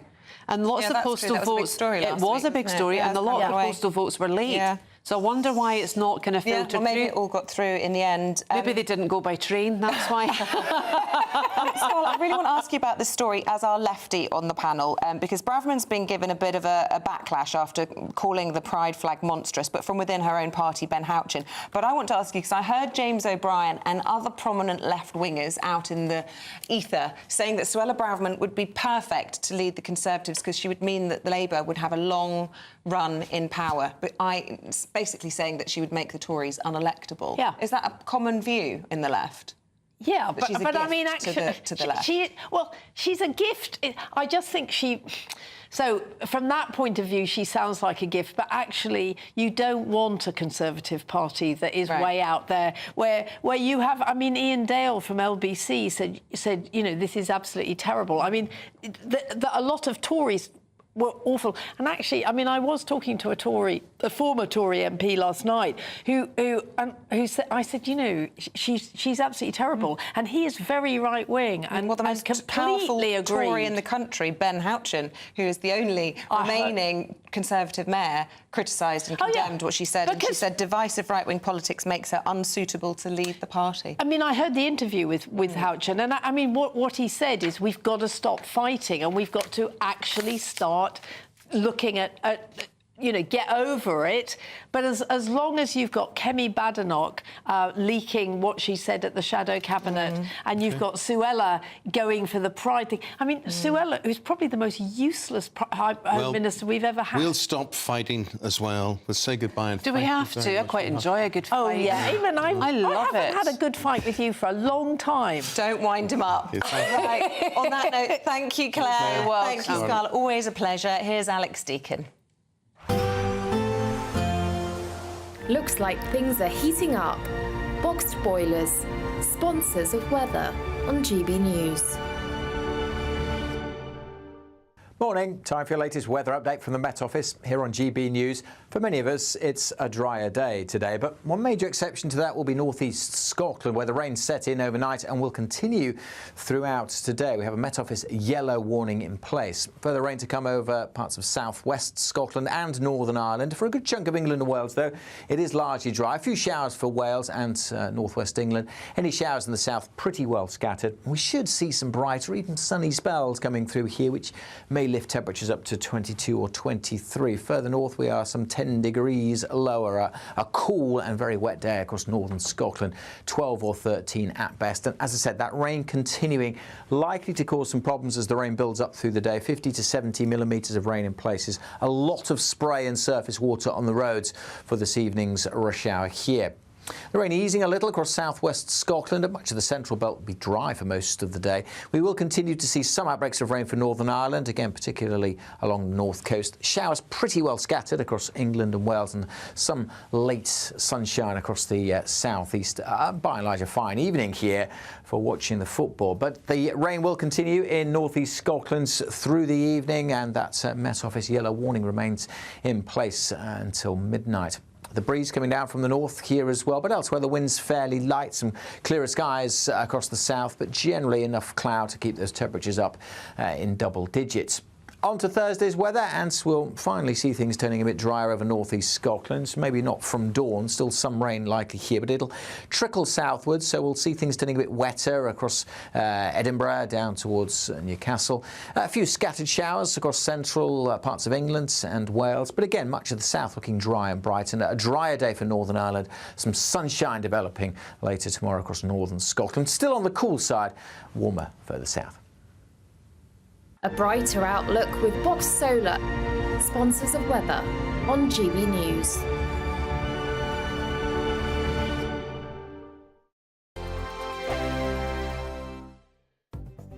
The latest GB News travel. Good morning, I'm Russell Holding. There's disruption to some Calmac ferry sailings to and from the Inner Hebrides, Outer Hebrides, Skye Raasay and Small Isles because of poor weather conditions and tidal conditions. Now, there is an accident on the roundabout off the M18 and A1M causing delays on the M1 in Bedfordshire. The lane closed southbound after an accident between junctions 11A and 11 near Dunstable. There are queues halfway back to junction 13 at Bedford. In Essex, the A121 is blocked southbound by an accident between Epping Forest and Loughton, causing queues. In London, the A404 Harrow Road is closed westbound from Chaplin Road to Bridgewater Road in Sudbury after an accident. In London, the A4 Bath Road in Reading is closed each way after an accident. And in Surrey, the A24 is closed northbound from the Clarks Green roundabout near Ockley to the M25 at Leatherhead after a diesel spill yesterday. That's the latest. You can stay up to date throughout the day by visiting our website, gbnews.com. £30,000 in cash has to be won. It's our biggest cash prize so far, and it could be yours. Phil was a winner. Listen to what he says about winning the Great British Giveaway. Hi, my name's Phil Cox. I just looked at my account and thought, oh my God, yeah, it's true, it's gone into my account. And if I can win it, anybody can win it. The next big winner could be you, with an extra £30,000 cash in your bank. For another chance to win £30,000 in tax-free cash, text CASH to 63232. Text costs £2 plus one standard network rate message. You can enter online at gbnews.com/win. Entries cost £2. Or post your name and number to GB07 PO Box 8690 Derby DE1 9TT. UK only. Entrance must be 18 or over. Lines close at 5 p.m. on the 30th of August. Please check the closing time if listening or watching on demand. Good luck. In the GB newsroom, we bring you the news as it happens. With our team of dedicated journalists across the UK, GB News brings you accurate reporting of the day's topical agenda. When the news breaks, wherever and whenever it's happening, We'll be there. This is GB News. The People's Channel, Britain's news channel. I'm Christopher Hope. From pop star to politicians, I'll interview anybody in a pub who's got a political opinion. Join me every Friday on Spotify, Apple Podcasts, YouTube or gbnews.com, or wherever you get your podcasts. This is GB News, the People's Channel. Join me, Neil Oliver, every Sunday night at 6 p.m. on GB News. And if an hour is not nearly enough for you, go to gbnews.com for special extended episodes online every Friday at 9 p.m, where we can truly get into the nitty-gritty of what's going on. GB News, Britain's news channel.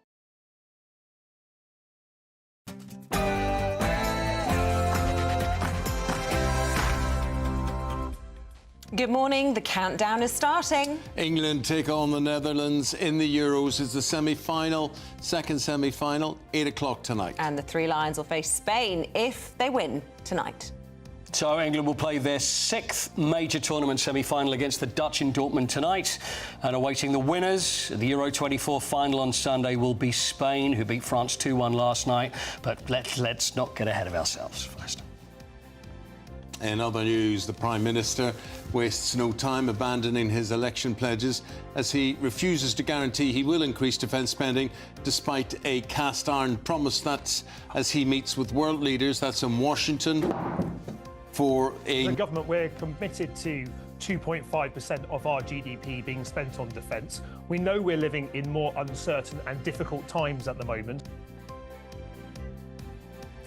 Donald Trump challenges Joe Biden to another TV debate as Democrats fear the president doesn't have what it takes to win the election.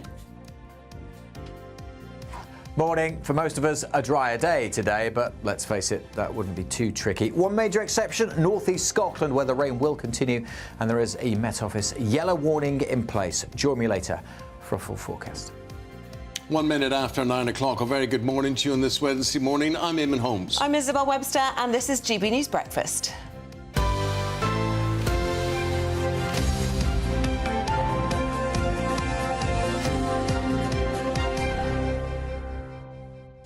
Sir Keir Starmer has arrived in Washington for his first NATO summit.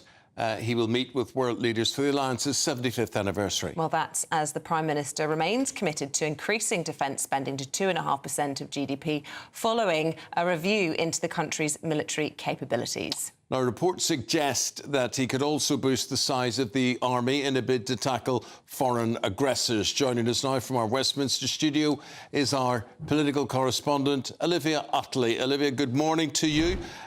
Big day for the PM. Huge day for the PM. This is his first chance, and it's come very early on, to prove himself on the international stage. Back here in the UK, all of the focus is on defence spending. General Sir Patrick Sanders, the outgoing head of the army, has warned Keir Starmer that unless he increases defence spending, then Britain is currently only in a position where it could fight a small war for about a month. He says that the armed forces need to be massively increased. Now, Keir Starmer has said that he will increase defence spending by 2.5%, but he hasn't promised to do it in this Parliament. And over the election, that was a sticking point between the two leaders. Rishi Sunak said that he would increase it by 2.5% in this Parliament. Obviously, he is not Prime Minister, so that's a bit of a moot point. General Sir Patrick Sanders also said that 2.5% wouldn't really be enough. It would need to be closer to 3% to increase the size of the army to the level where it needs to be. Well, Keir Starmer has promised a strategic defence review, which we'll start hearing about from today, and it's thought that that might include an expansion of the armed forces. But with no money behind it as yet, it's hard to see how that's going to work.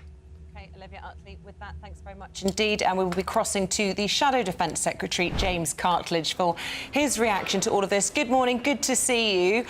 Your reaction then to this kind of ruling out of any change to our defence spending in Starmer's first term. Although that commitment is there, no actual sort of timetable for it as yet. Well, you've hit the nail on the head. There's no timetable. There's no plan, actually. This was an amazing opportunity for the Prime Minister to go to the Washington summit, which is about NATO after all, and to set out very clearly a timetable to get to 2.5% spending of GDP on defence, because we need that as a country. That would have sent an incredibly powerful signal to our potential adversaries, like in Russia. Whereas instead, we now have huge uncertainty. For the people who run our armed forces, they don't know what's going to happen. They don't know when we're going to get to 2.5%. If we're going to get there, will it be after a spending review or before? These are all now huge questions. What they needed to know was when we'd get there so that they could plan to ensure they have the best capability for our armed forces, which in this dangerous world we find ourselves would have been the right thing to do. So I'm very disappointed in this delay, and I think it will be damaging for our armed forces. Saying then that the defence budget has got to be taken out separately, got to be looked at differently. We're not dealing with health here, we're not dealing with roads, we're not dealing with education, but we've got to say this is extraordinary, this is extreme, and it needs extraordinary spending. I think exactly. We need to see defence as something which is now almost above politics. I mean, and you know, as Shadow Defence Secretary, I'd be delighted to work with Labour in the national interest, and we will of course be doing that when it comes to supporting Ukraine, as to be fair, they've done with us. But I think on this point, on getting to 2.5%, they could have been clear today. They could have sent that really powerful signal. Instead, we've just got dither and delay, and I think that will be damaging for the armed forces. You know, we had a plan that was fully funded. People may not have agreed with it, but we would have, for example, reduced the civil service back to the size it was before the pandemic. So getting to 2.5% was a priority for us. It was funded. Whereas now we have this long delay. We don't know how long it will go on for. And this big question for the chiefs, the people who run the armed forces, what will it mean for their key programs, those capabilities? Because the other point, in line with what you just asked, is those programs in defence, they take years to deliver some of them. Will this, for example, delay some of them? That's what would concern me. So I think this is the wrong decision. And I think a real missed opportunity to send a very powerful signal at the NATO summit. OK, I want to talk about the Tories now. We saw Rishi Sunak for the first time since his historic defeat last week, the worst in nearly 200 years. He was vowing that the Conservatives would form an effective and professional opposition. And yet we're no clear about exactly what the opposition is going to look like. Lots of infighting going on. And we've got the most powerful Conservative in the country, Ben Houchin, describing Suella Braverman with her comments yesterday, being beamed in from America to the PopCon conference, saying that the Pride flag was monstrous. Well, Ben Houchin says she's frankly unsuitable to lead the country and far too divisive. Doesn't look very effective and professional from where I'm standing just yet. Well, we do want to be an effective opposition. We have a constitutional role to perform, which is to hold the government to account. That's why I'm standing in front of your camera talking to you about defence spending. I think it's a matter of profound national interest, and I'm happy to be here doing that. In terms of, you know, what you've heard from potential contenders in the leadership race and so on, obviously our priority is to now establish a process to get to a leadership election, and I hope that we have a debate as a party in a constructive manner, because there needs to be two parts to that. We need to look back at the election and work out where it went wrong. You're right, it was a terrible result, and we need to analyse all the data, work out, you know, what we could have done differently perhaps, but above all we then need to have that discussion as a party about our future so that we make the right decision and take our time over it in electing the best person possible to present a positive alternative to Labour. And who would be the best person possible in your view? Well, we don't know who the candidates are yet, and I think we should sort of, as I said, the key phrase, take our time. So I won't be committing. I will be going to the hustings when they eventually happen to hear what the candidates have to say, and then I will make a decision. I think that's what everybody should do. It's clear from your shadow cabinet colleagues who's sort of shuffling, or if you would like to use the media lingo for it all, on manoeuvres. You had Kemi Badenoch making a swipe at her leader, Rishi Sunak. We've got, as I said, these comments from Suella Braverman. I mean, you might not want to talk about it, but it's quite clear who the runners and riders are. Well, we'll see, because obviously there's no formal contest yet. I'm pleased to say we held the election yesterday for the new chair of the 1922 committee. Bob Blackman has been elected, so he will now oversee the 1922 committee, engaging with MPs, including myself and my colleagues, to work out what the best timetable is so that we can then have that election. And look, you know, I'm not naive. Clearly, in that time, there's going to be lots of noises off, lots of discussion. But as I say, our role now is first and foremost to deliver national interest, which is to get an effective opposition in place to hold the government to account. And just a quick point, because we've been talking about professionalism. There was some criticism of the way those elections for the 1922 committee were taken last night. What was your experience of it? Because a lot of people are saying that they weren't even able to cast their vote. Well, I didn't hear that. I mean, I think one colleague did mention that. I think it was Mark Francois. I attended the hustings. We had the presentations from the two candidates. The room was pretty full of colleagues, so most had clearly got the message. I can't speak for other colleagues who, for one reason or other, perhaps didn't get the message. But either way, we held the election effectively. We had a good turnout from colleagues, and we had a result which sees Bob Blackman elected, and hopefully he can now do that important work with the 1922 committee of establishing the rules so that we can go forward and hold our leadership election. And my plea is that we do it in a constructive way, because that's what the public want to see. You know, when I canvassed, I knocked on hundreds of doors during the election. People who were either voting for us reluctantly or weren't going to vote for us, they wanted us to end that sort of argument and infighting. They want to see a united Conservative Party. That's what I want to see. And so the best way to do that is let's get the rules in place, let's have that leadership debate, but let's do it in a constructive way so that we can then be a genuine, positive alternative to Labour, and in the interim, which is our constitutional role, holding this government to account.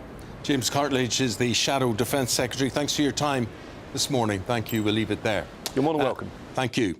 Some breaking news coming in. A manhunt is underway following a triple murder that occurred yesterday evening in Bushey in Hertfordshire. Police are looking for a 26-year-old man called Kyle Clifford. He's wanted in connection with it all. Detective Superintendent Rob Hall encouraged police to stay away from the individual if they see him and immediately report it to the police. Yeah, I think they meant the public to stay away there.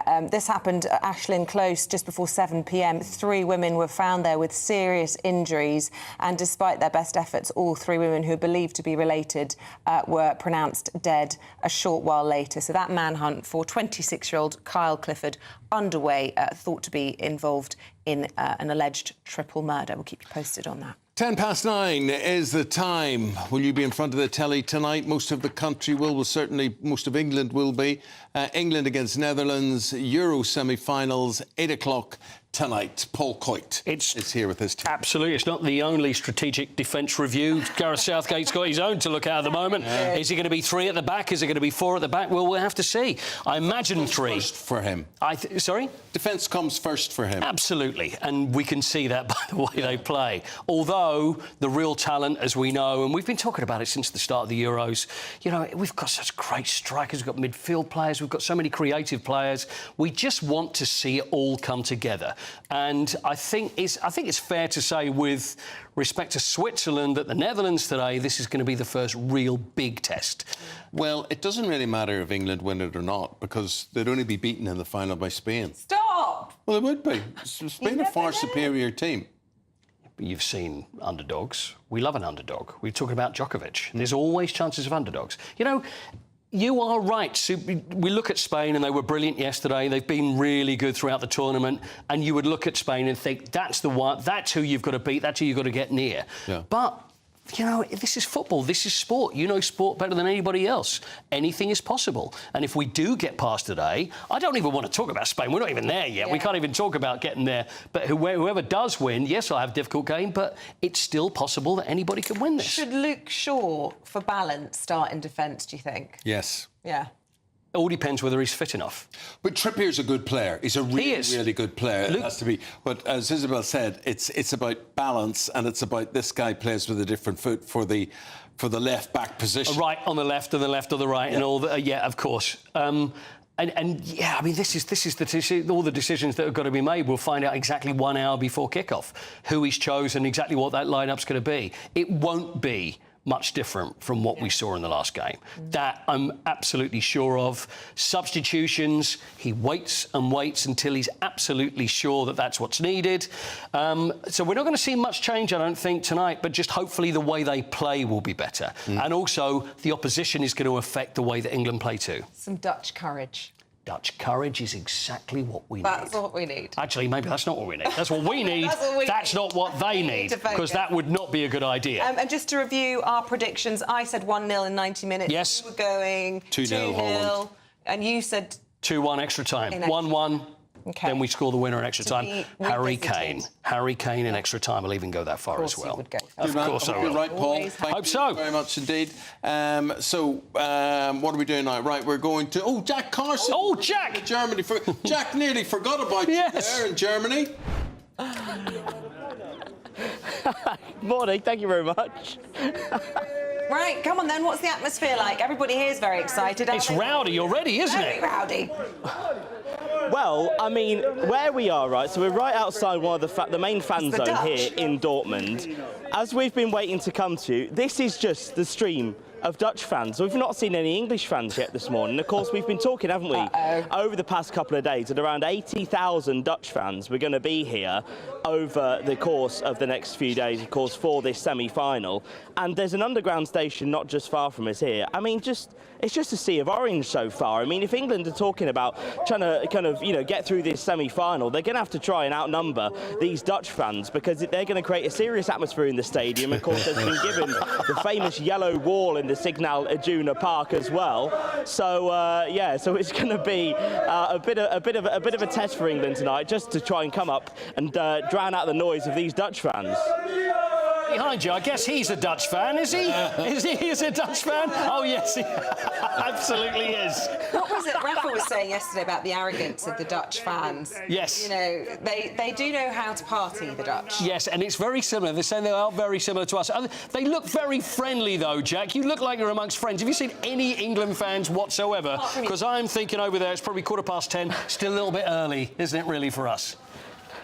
Well, there was when we left our hotel, there was a few England fans just taking it easy this morning, getting a bit of breakfast. So the Dutch have certainly made their way very early on. I mean, yesterday it was such a great atmosphere in the centre of Dortmund. I mean, you had the Dutch fans and the England fans kicking a football between each other for about 2-3 hours. The German police had taken the ball off them twice and confiscated 2 balls. But every time they confiscated a ball, another England fan went to the sports shop down the road and just bought another one. So they carried on, and the German police could do absolutely nothing. So it was such a friendly atmosphere between the Dutch and the English yesterday, all having a bit of friendly banter and a chant between them. But like you say, there's 30,000 possibly English yet to be coming into Dortmund today. 80,000 Dutch fans, it's thought. So, that is going to be some atmosphere a little bit later on. I think you're going to have a lively day, Jack.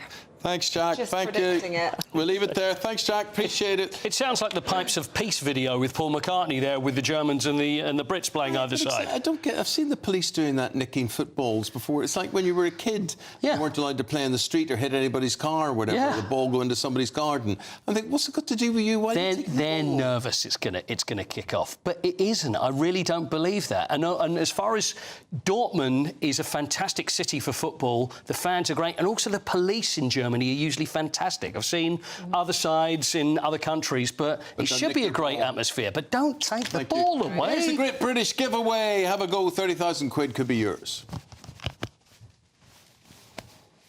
Summer could be a scorcher, with your chance to win £30,000 cash, our biggest cash prize to date. It's totally tax-free, which means you get to spend every single penny however you like. What plans would you make with an extra £30,000 cash in your bank account? Take your family on the ultimate holiday, buy that treat that's always seemed out of reach, or just put it in the bank for a later date. However you'd spend it, make sure you don't miss out. For another chance to win £30,000 in tax-free cash, text cash to 63232. Text costs £2 plus 1 standard network rate message. You can enter online at gbnews.com/win. Entries cost £2, or post your name and number to GB07 PO Box 8690 Derby DE1 9TT.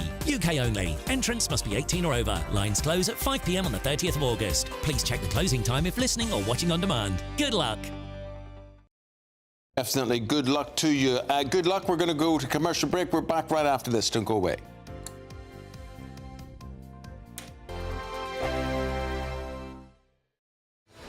I'm Patrick Christie's. Every weeknight from 9, I bring you 2 hours of unmissable, explosive debate and headline-grabbing interviews. What impact has that had? We got death threats and the bomb threat and so on. As time passes, She could have saved Storm. You made my argument for me. My guests and I tackle the issues that really matter with a sharp take on every story. Went everywhere. something practical could be done. Or I can become something different. Patrick Christie's tonight from 9 p.m. only on GB News, Britain's news channel. Are the newspapers getting you down? My wife didn't divorce me that month. Struggling to separate the wheat from the chaff? I know that it's a bit of a circus at the best of times. Well, don't worry, Headliners has got you covered. We'll take the burden of reading the day's news, and if we get depressed, who cares? It's an occupational hazard, frankly. That's Headliners on GB News from 11 p.m. till midnight, and the following morning, 5 till 6 a.m. on GB News, the comedy channel. Nah, just kidding. Britain's news channel. Good afternoon, Britain. Weekdays from midday. Now, time for the best part of the show, our Greatest Britain, where we share amazing people who do amazing things. And this week, that is Dr. Leo Cheng and Reverend Hilary Cheng. Well, Dr. Chen regularly serves as a volunteer surgeon aboard the Mercy ships in West Africa and has recently served his 17th mission aboard the ships. He volunteers with his wife, Reverend Hilary Cheng, a Methodist minister in the UK. Thank you for joining us, and what a privilege. So just briefly explain, what are Mercy ships? Well, Mercy ship provide world-class surgery on the ship, and the ship then sail to these poorest of the poor country because there's no infrastructure to get road or rail there. And we offer free surgery and also education, training of medical staff, and partner with the local or the host nation to build up their surgical and anaesthetic services. So how long have you been travelling West Africa? You go on all these different ships, different ports, and you treat the needy and the vulnerable. How long have you both been doing this? 20 years. 20 years? Just over 20 years. And you take the time to do this out of your own holiday from work. Why do you do it? Well, because I'm indebted to the education in this country with all the qualification I get. And NHS is great. I love the NHS because without NHS, we see cases that we see in the low-income country. And I want to make use of my hand to help those people who have no way of helping themselves. Because the tumours, the deformities, not just a physical ailment, but it's being ostracised and die early, commit suicide because they've been ostracised by their family. When you're on the ship, you are seeing the very worst that the country can offer. I find it a great privilege to work alongside these people. GB News, the People's Channel.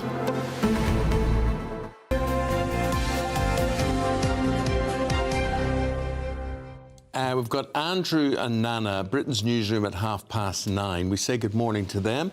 And what are you guys talking about today? Well, this manhunt, of course, in connection with the death of the 3 women, we'll bring you the latest on that from Hertfordshire. Looking for this guy who's 26, 3 women, I think, 3 seriously injured women. They all died at the scene. Yes, it's frightening, frightening. Yeah. Also, Keir Starmer, he said that he wants to cast iron commitment to spending of 2.5% of GDP from all the other countries. Just won't tell us when he's going to spend it here. Yeah. But this is his big test on the international stage, isn't it? He'll have a chat with Joe Biden. That will be interesting. How's Joe Biden going to perform? Big test for Biden. Absolutely. Joe Biden, remember, he had a chat with him. Well, yes. I still think when they did the interview with him the other week and he said, I talked to the Prime Minister of England, the interview should have said, and what's his name? Well, yeah, he famously got it wrong, didn't he, when he actually got elected as... Well, Donald Trump is calling for another debate. Of course he is. But you can see why he's doing that, Nana. I mean, that's something he knows he's going to score points on that big time, and he's just hoping and praying that Biden would be as hesitant as he was in the last one. Well, he's got to do it. If he's going to do it, he should do it sort of October to push it so that they haven't got time to replace Joe Biden. Otherwise, if he does it too soon... I know, and Biden's doing a big press conference at the NATO summit on his own. That would be a big He'll be on test. teleprompter and he won't take questions and there'll be big guides to help him on and off stage. He'll be very looked after, and that, I think, is the problem with the presidential system. And it might be friendly journalists who get to ask the questions. Yeah, well, yes, that's been controversial, hasn't it, with the interview he did on the radio yesterday. And, of course, we're also talking about the football. Of course there are. Of course we are. Of course we are. Yeah, the football tonight, 8 o'clock. Would you not even not be? No, I really hope they win. Yes. Of course, I really hope they win. It's the Netherlands, and good luck and all that. But I'm at a dinner that I can't get out of, and I don't think the people I'm having dinner with will have the football on. Oh, you never know. When it's a big match, they might do. Yeah, maybe. Yeah, It's a good time to drive somewhere if you're not a football fan. Or restaurant. Or maniacs off the road. Yeah. Anyway, well, there we go. On that patriotic note. Are you watching it? I'll definitely be watching it. Right. Eamonn will be glued to it. I'll be glued to it. Come on, England. Yeah, come on, England. Right, have a good show. Thank you very much. Look forward to it. We'll be tuned in as always. And let us know where you'll be watching from tonight and exactly who you think's going to win. We've put our predictions in, haven't we? We have put our predictions in, and it's interesting to see, whether you live in Wales, whether you live in Scotland, whether you live in Ireland, will you be cheering on England as a result of that? People often think that... maybe not. SNP bloke, Stephen Flynn, in London the other week, just saying he couldn't bring himself to cheer for England. Terrible. Yeah. Come on, man. You want a home team to win, surely. But I think there'll be a lot of people like that. I think so. I personally always take the view that, I cheer these guys on a Saturday. Why wouldn't I wish them the best internationally, And it'll really cheer the country up, and we could do with a bit of that. We could do, but we'll be beaten by Spain if we do make it through to the next round anyway. Oh, ye of little faith. Right, thanks very much, guys. Just before we say goodbye, a reminder of this manhunt ongoing. 26-year-old Kyle Clifford, if you see him, don't approach him. Wanted in connection with the murder of 3 women in Hertfordshire. Have a great rest of weeks. Yeah, whatever you're doing, have a good day today. We'll see you bright and early from 6. Bye. Bye. That warm feeling inside from Boxed Boilers, sponsors of weather on GB News. Morning. Time for your latest weather update from the Met Office here on GB News. For many of us, it's a drier day today, but one major exception to that will be northeast Scotland, where the rain set in overnight and will continue throughout today. We have a Met Office yellow warning in place. Further rain to come over parts of southwest Scotland and Northern Ireland. For a good chunk of England and Wales, though, it is largely dry. A few showers for Wales and northwest England. Any showers in the south pretty well scattered. We should see some bright or even sunny spells coming through here, which may lift temperatures up to 22 or 23. Further north, we are some 10 degrees lower. A cool and very wet day across northern Scotland, 12 or 13 at best. And as I said, that rain continuing, likely to cause some problems as the rain builds up through the day. 50 to 70 millimetres of rain in places. A lot of spray and surface water on the roads for this evening's rush hour here. The rain easing a little across southwest Scotland, and much of the central belt will be dry for most of the day. We will continue to see some outbreaks of rain for Northern Ireland, again particularly along the north coast. Showers pretty well scattered across England and Wales, and some late sunshine across the southeast. By and large a fine evening here for watching the football. But the rain will continue in northeast Scotland through the evening, and that Met Office yellow warning remains in place until midnight. The breeze coming down from the north here as well, but elsewhere the wind's fairly light, some clearer skies across the south, but generally enough cloud to keep those temperatures up in double digits. On to Thursday's weather, and we'll finally see things turning a bit drier over northeast Scotland. Maybe not from dawn, still some rain likely here, but it'll trickle southwards, so we'll see things turning a bit wetter across Edinburgh down towards Newcastle. A few scattered showers across central parts of England and Wales, but again, much of the south looking dry and bright, and a drier day for Northern Ireland. Some sunshine developing later tomorrow across northern Scotland. Still on the cool side, warmer further south. Looks like things are heating up. Boxed Boilers, sponsors of weather on GB News.